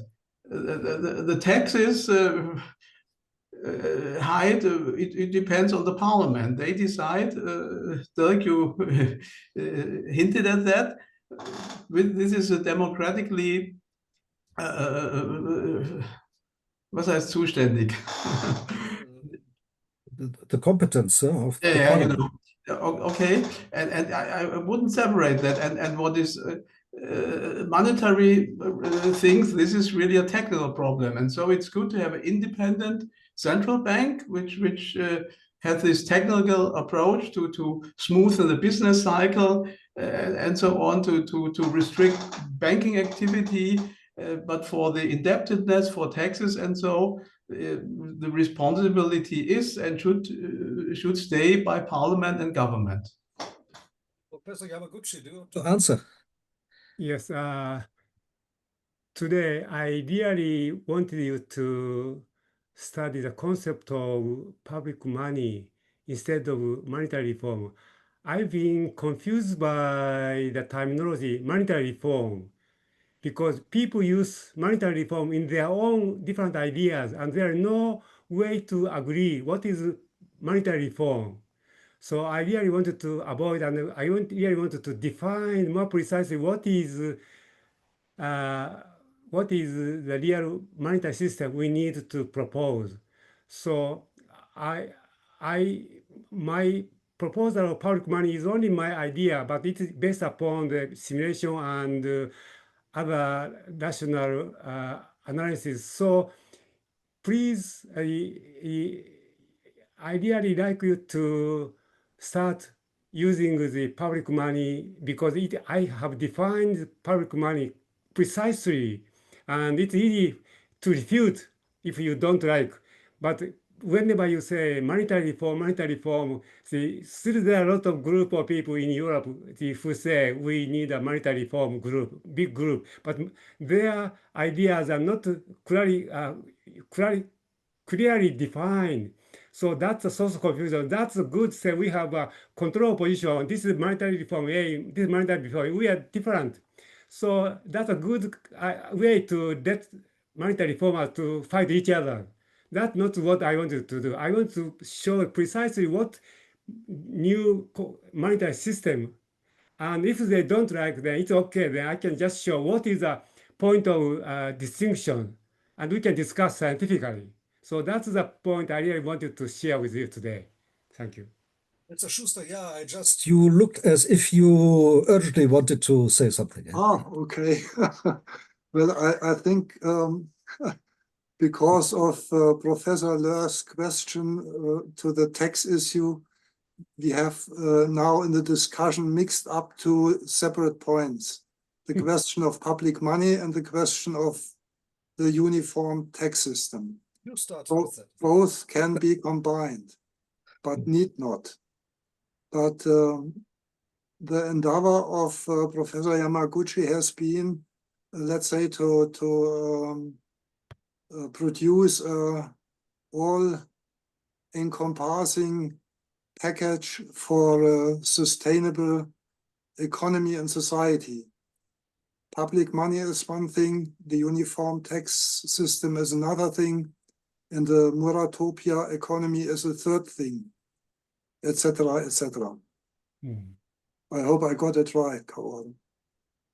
Thank you for this opportunity indeed. I really appreciate your very courageous political decisions to select me as a award recipient. So thank you very much. Okay, any more questions out of the audience? If not, I would like to ask another thing. It's up to you, Mr. Schuster. You said you want to take away the growth imperative. So when I'm looking, for instance, at the golden rule of accumulation, which they say it is from Phelps, which is not true. It's from Allais, the French economist. Then we have a close relationship between the interest rate and the growth rate, or to be more accurate, the rate of capital growth of the invested capital growth. So and you say, okay, we take away the interest, but can you really take away the interest? So I'm a fan of Gesell, and according to Gesell, even if the money is issued without interest, the interest is inside the circulation. And also according to Keynes, the reason why we have always a positive interest rate is because the difference between the liquidity premium and the carrying costs, which we also have positive in a plain money system. So how do you want to take the interest rate? I prefer to let Professor Yamaguchi answer. I think he is more competent. Is that right, Kaoru? Well, sorry, I lost your point of question. So this is sometimes I'm losing my concentration power. Yeah, but I have the same. The problem is we are talking about if you can reach interest-free economy with plain money. But the problem is if you're following Keynes and before him Gesell, the interest is not only because the central bank issues money with interest, the interest is also inside the circulation because of the superiority of the money compared with goods and services. So you have an option-like situation with money, which you don't have so much with other goods and services. This is why Keynes, for instance, said money has the highest difference between the liquidity premium and the carrying costs. And this is why we have interest rate. And I don't see how this situation is changed within a plain money system. Well, public money does not propose the elimination of interest. Interest rate have to be a very important factor to guide the investment direction. Only the public money prohibit the interest at the issuance of money. So that means interest may work a very important role as a price of investment or money. So that's one big confusion. We don't abolish interest. It's very important. This means the state would It has to be benefit, decided but within the economy. This means the state would benefit, but there would be also some interest in the economy. Yeah. Okay, thank you. Yeah. Reinhold. Okay. Yeah. To this interest thing, if you have the total control of the central bank, if emission of money only comes by the central bank, so at least you would shift the huge profits of the commercial banks now, which in effect is part of the seigniorage, to the central bank. This would at least be one big step. And as we also already know today, the profit of the central bank goes to the government. And this yearly profit would be much higher if we would really have emission of money only by the central bank. And this will, in one effect or another, also change interest rates. Thank you. Any more questions? I have many questions here, but I don't want to ask them because I'm a moderator and should not be too much involved in the discussion. So it's up to you. Herr Schuster, please could you switch? Yeah. If no one else from the participants asks, my favorite question for the moment would be, as I have said in my presentation, we need wise rules for the use of public money. Can you let me share just one screen to show, okay, just let me just share one moment. So we had interesting communication with the foundations about the public money question. So I didn't have time to introduce this PowerPoint presentation, but I'm going to attach this 5 pages of slide to answer some of your questions. So we have received 10 questions, question 1 through question 10, and additionally we have another 5 questions. So in total, I'm given the 15 questions, and I answered all of them one by one. So if you are interested, I can send you this PowerPoint slide so that you can check whether you find some interesting questions in this slide. Okay, 15 questions. Well, I have received these answers, of course. I think my question is not covered. And the background to this question is that in your new book, you have sketched, after discussions with many Japanese people, how you would do step by step the use of public money. And it's not only infrastructure investments, roads, railway lines,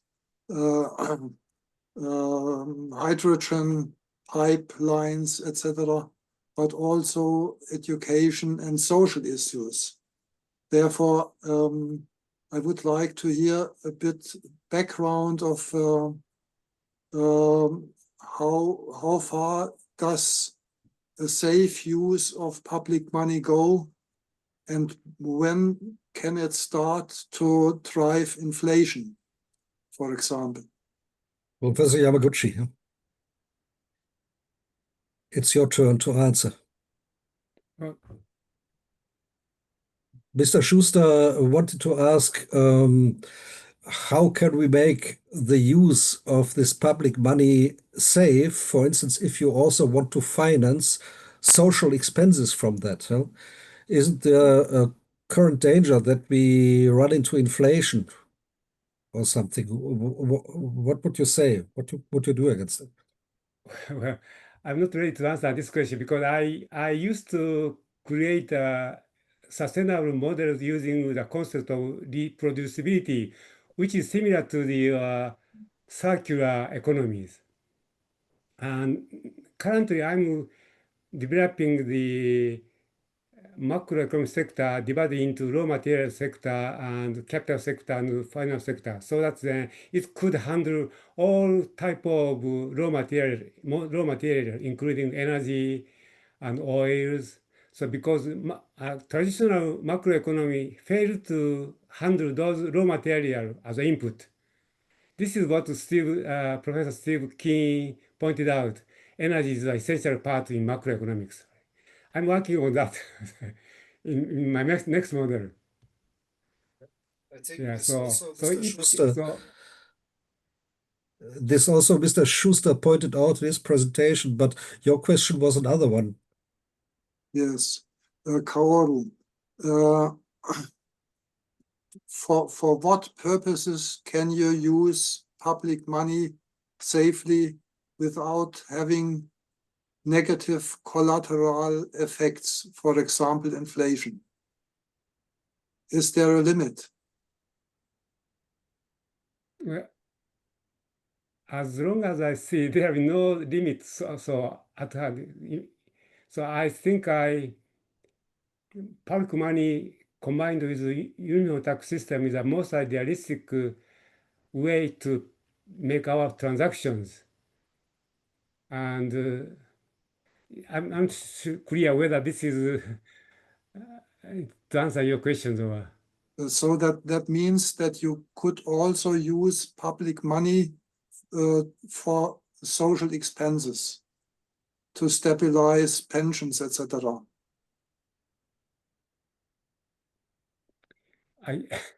Sorry, I couldn't hear the last.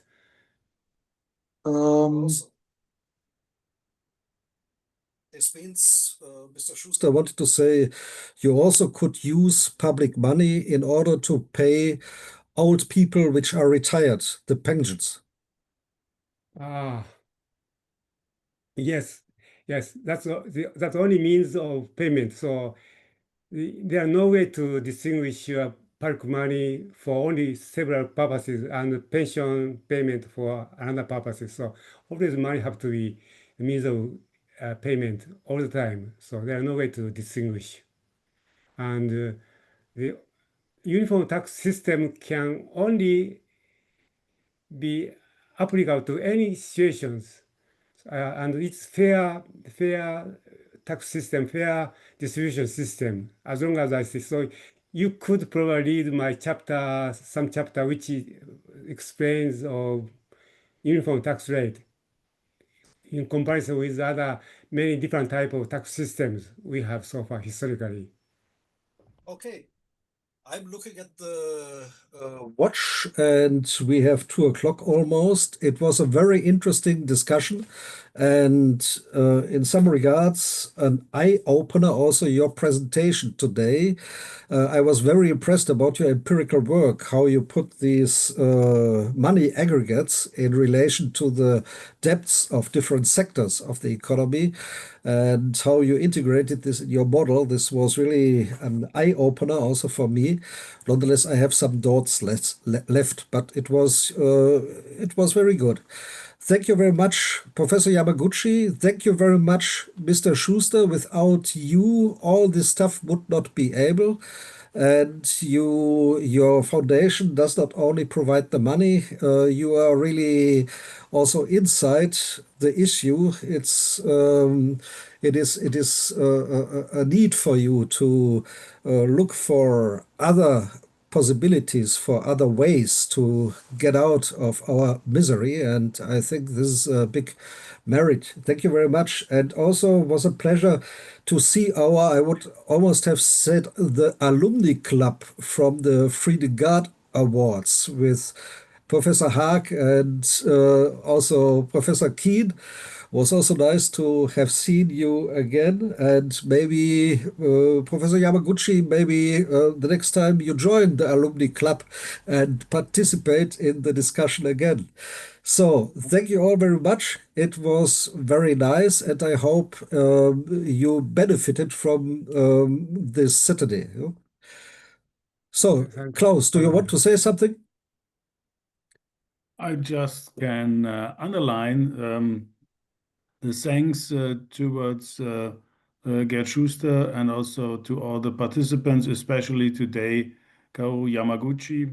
And it's really interesting to see the power of those models on the one hand side. And if you go into practical questions and empirical issues, how near these models can be to the reality, but on the other hand, how fast changes happen in the reality. If you think about the way governments behave nowadays, they are working not on behalf of the people and following to find good solutions for their country. They are often trying to find good solutions for themselves. So this is something which makes it even more difficult to model these changing realities, and this is quite a huge task for all of us. But thanks a lot for all your work, and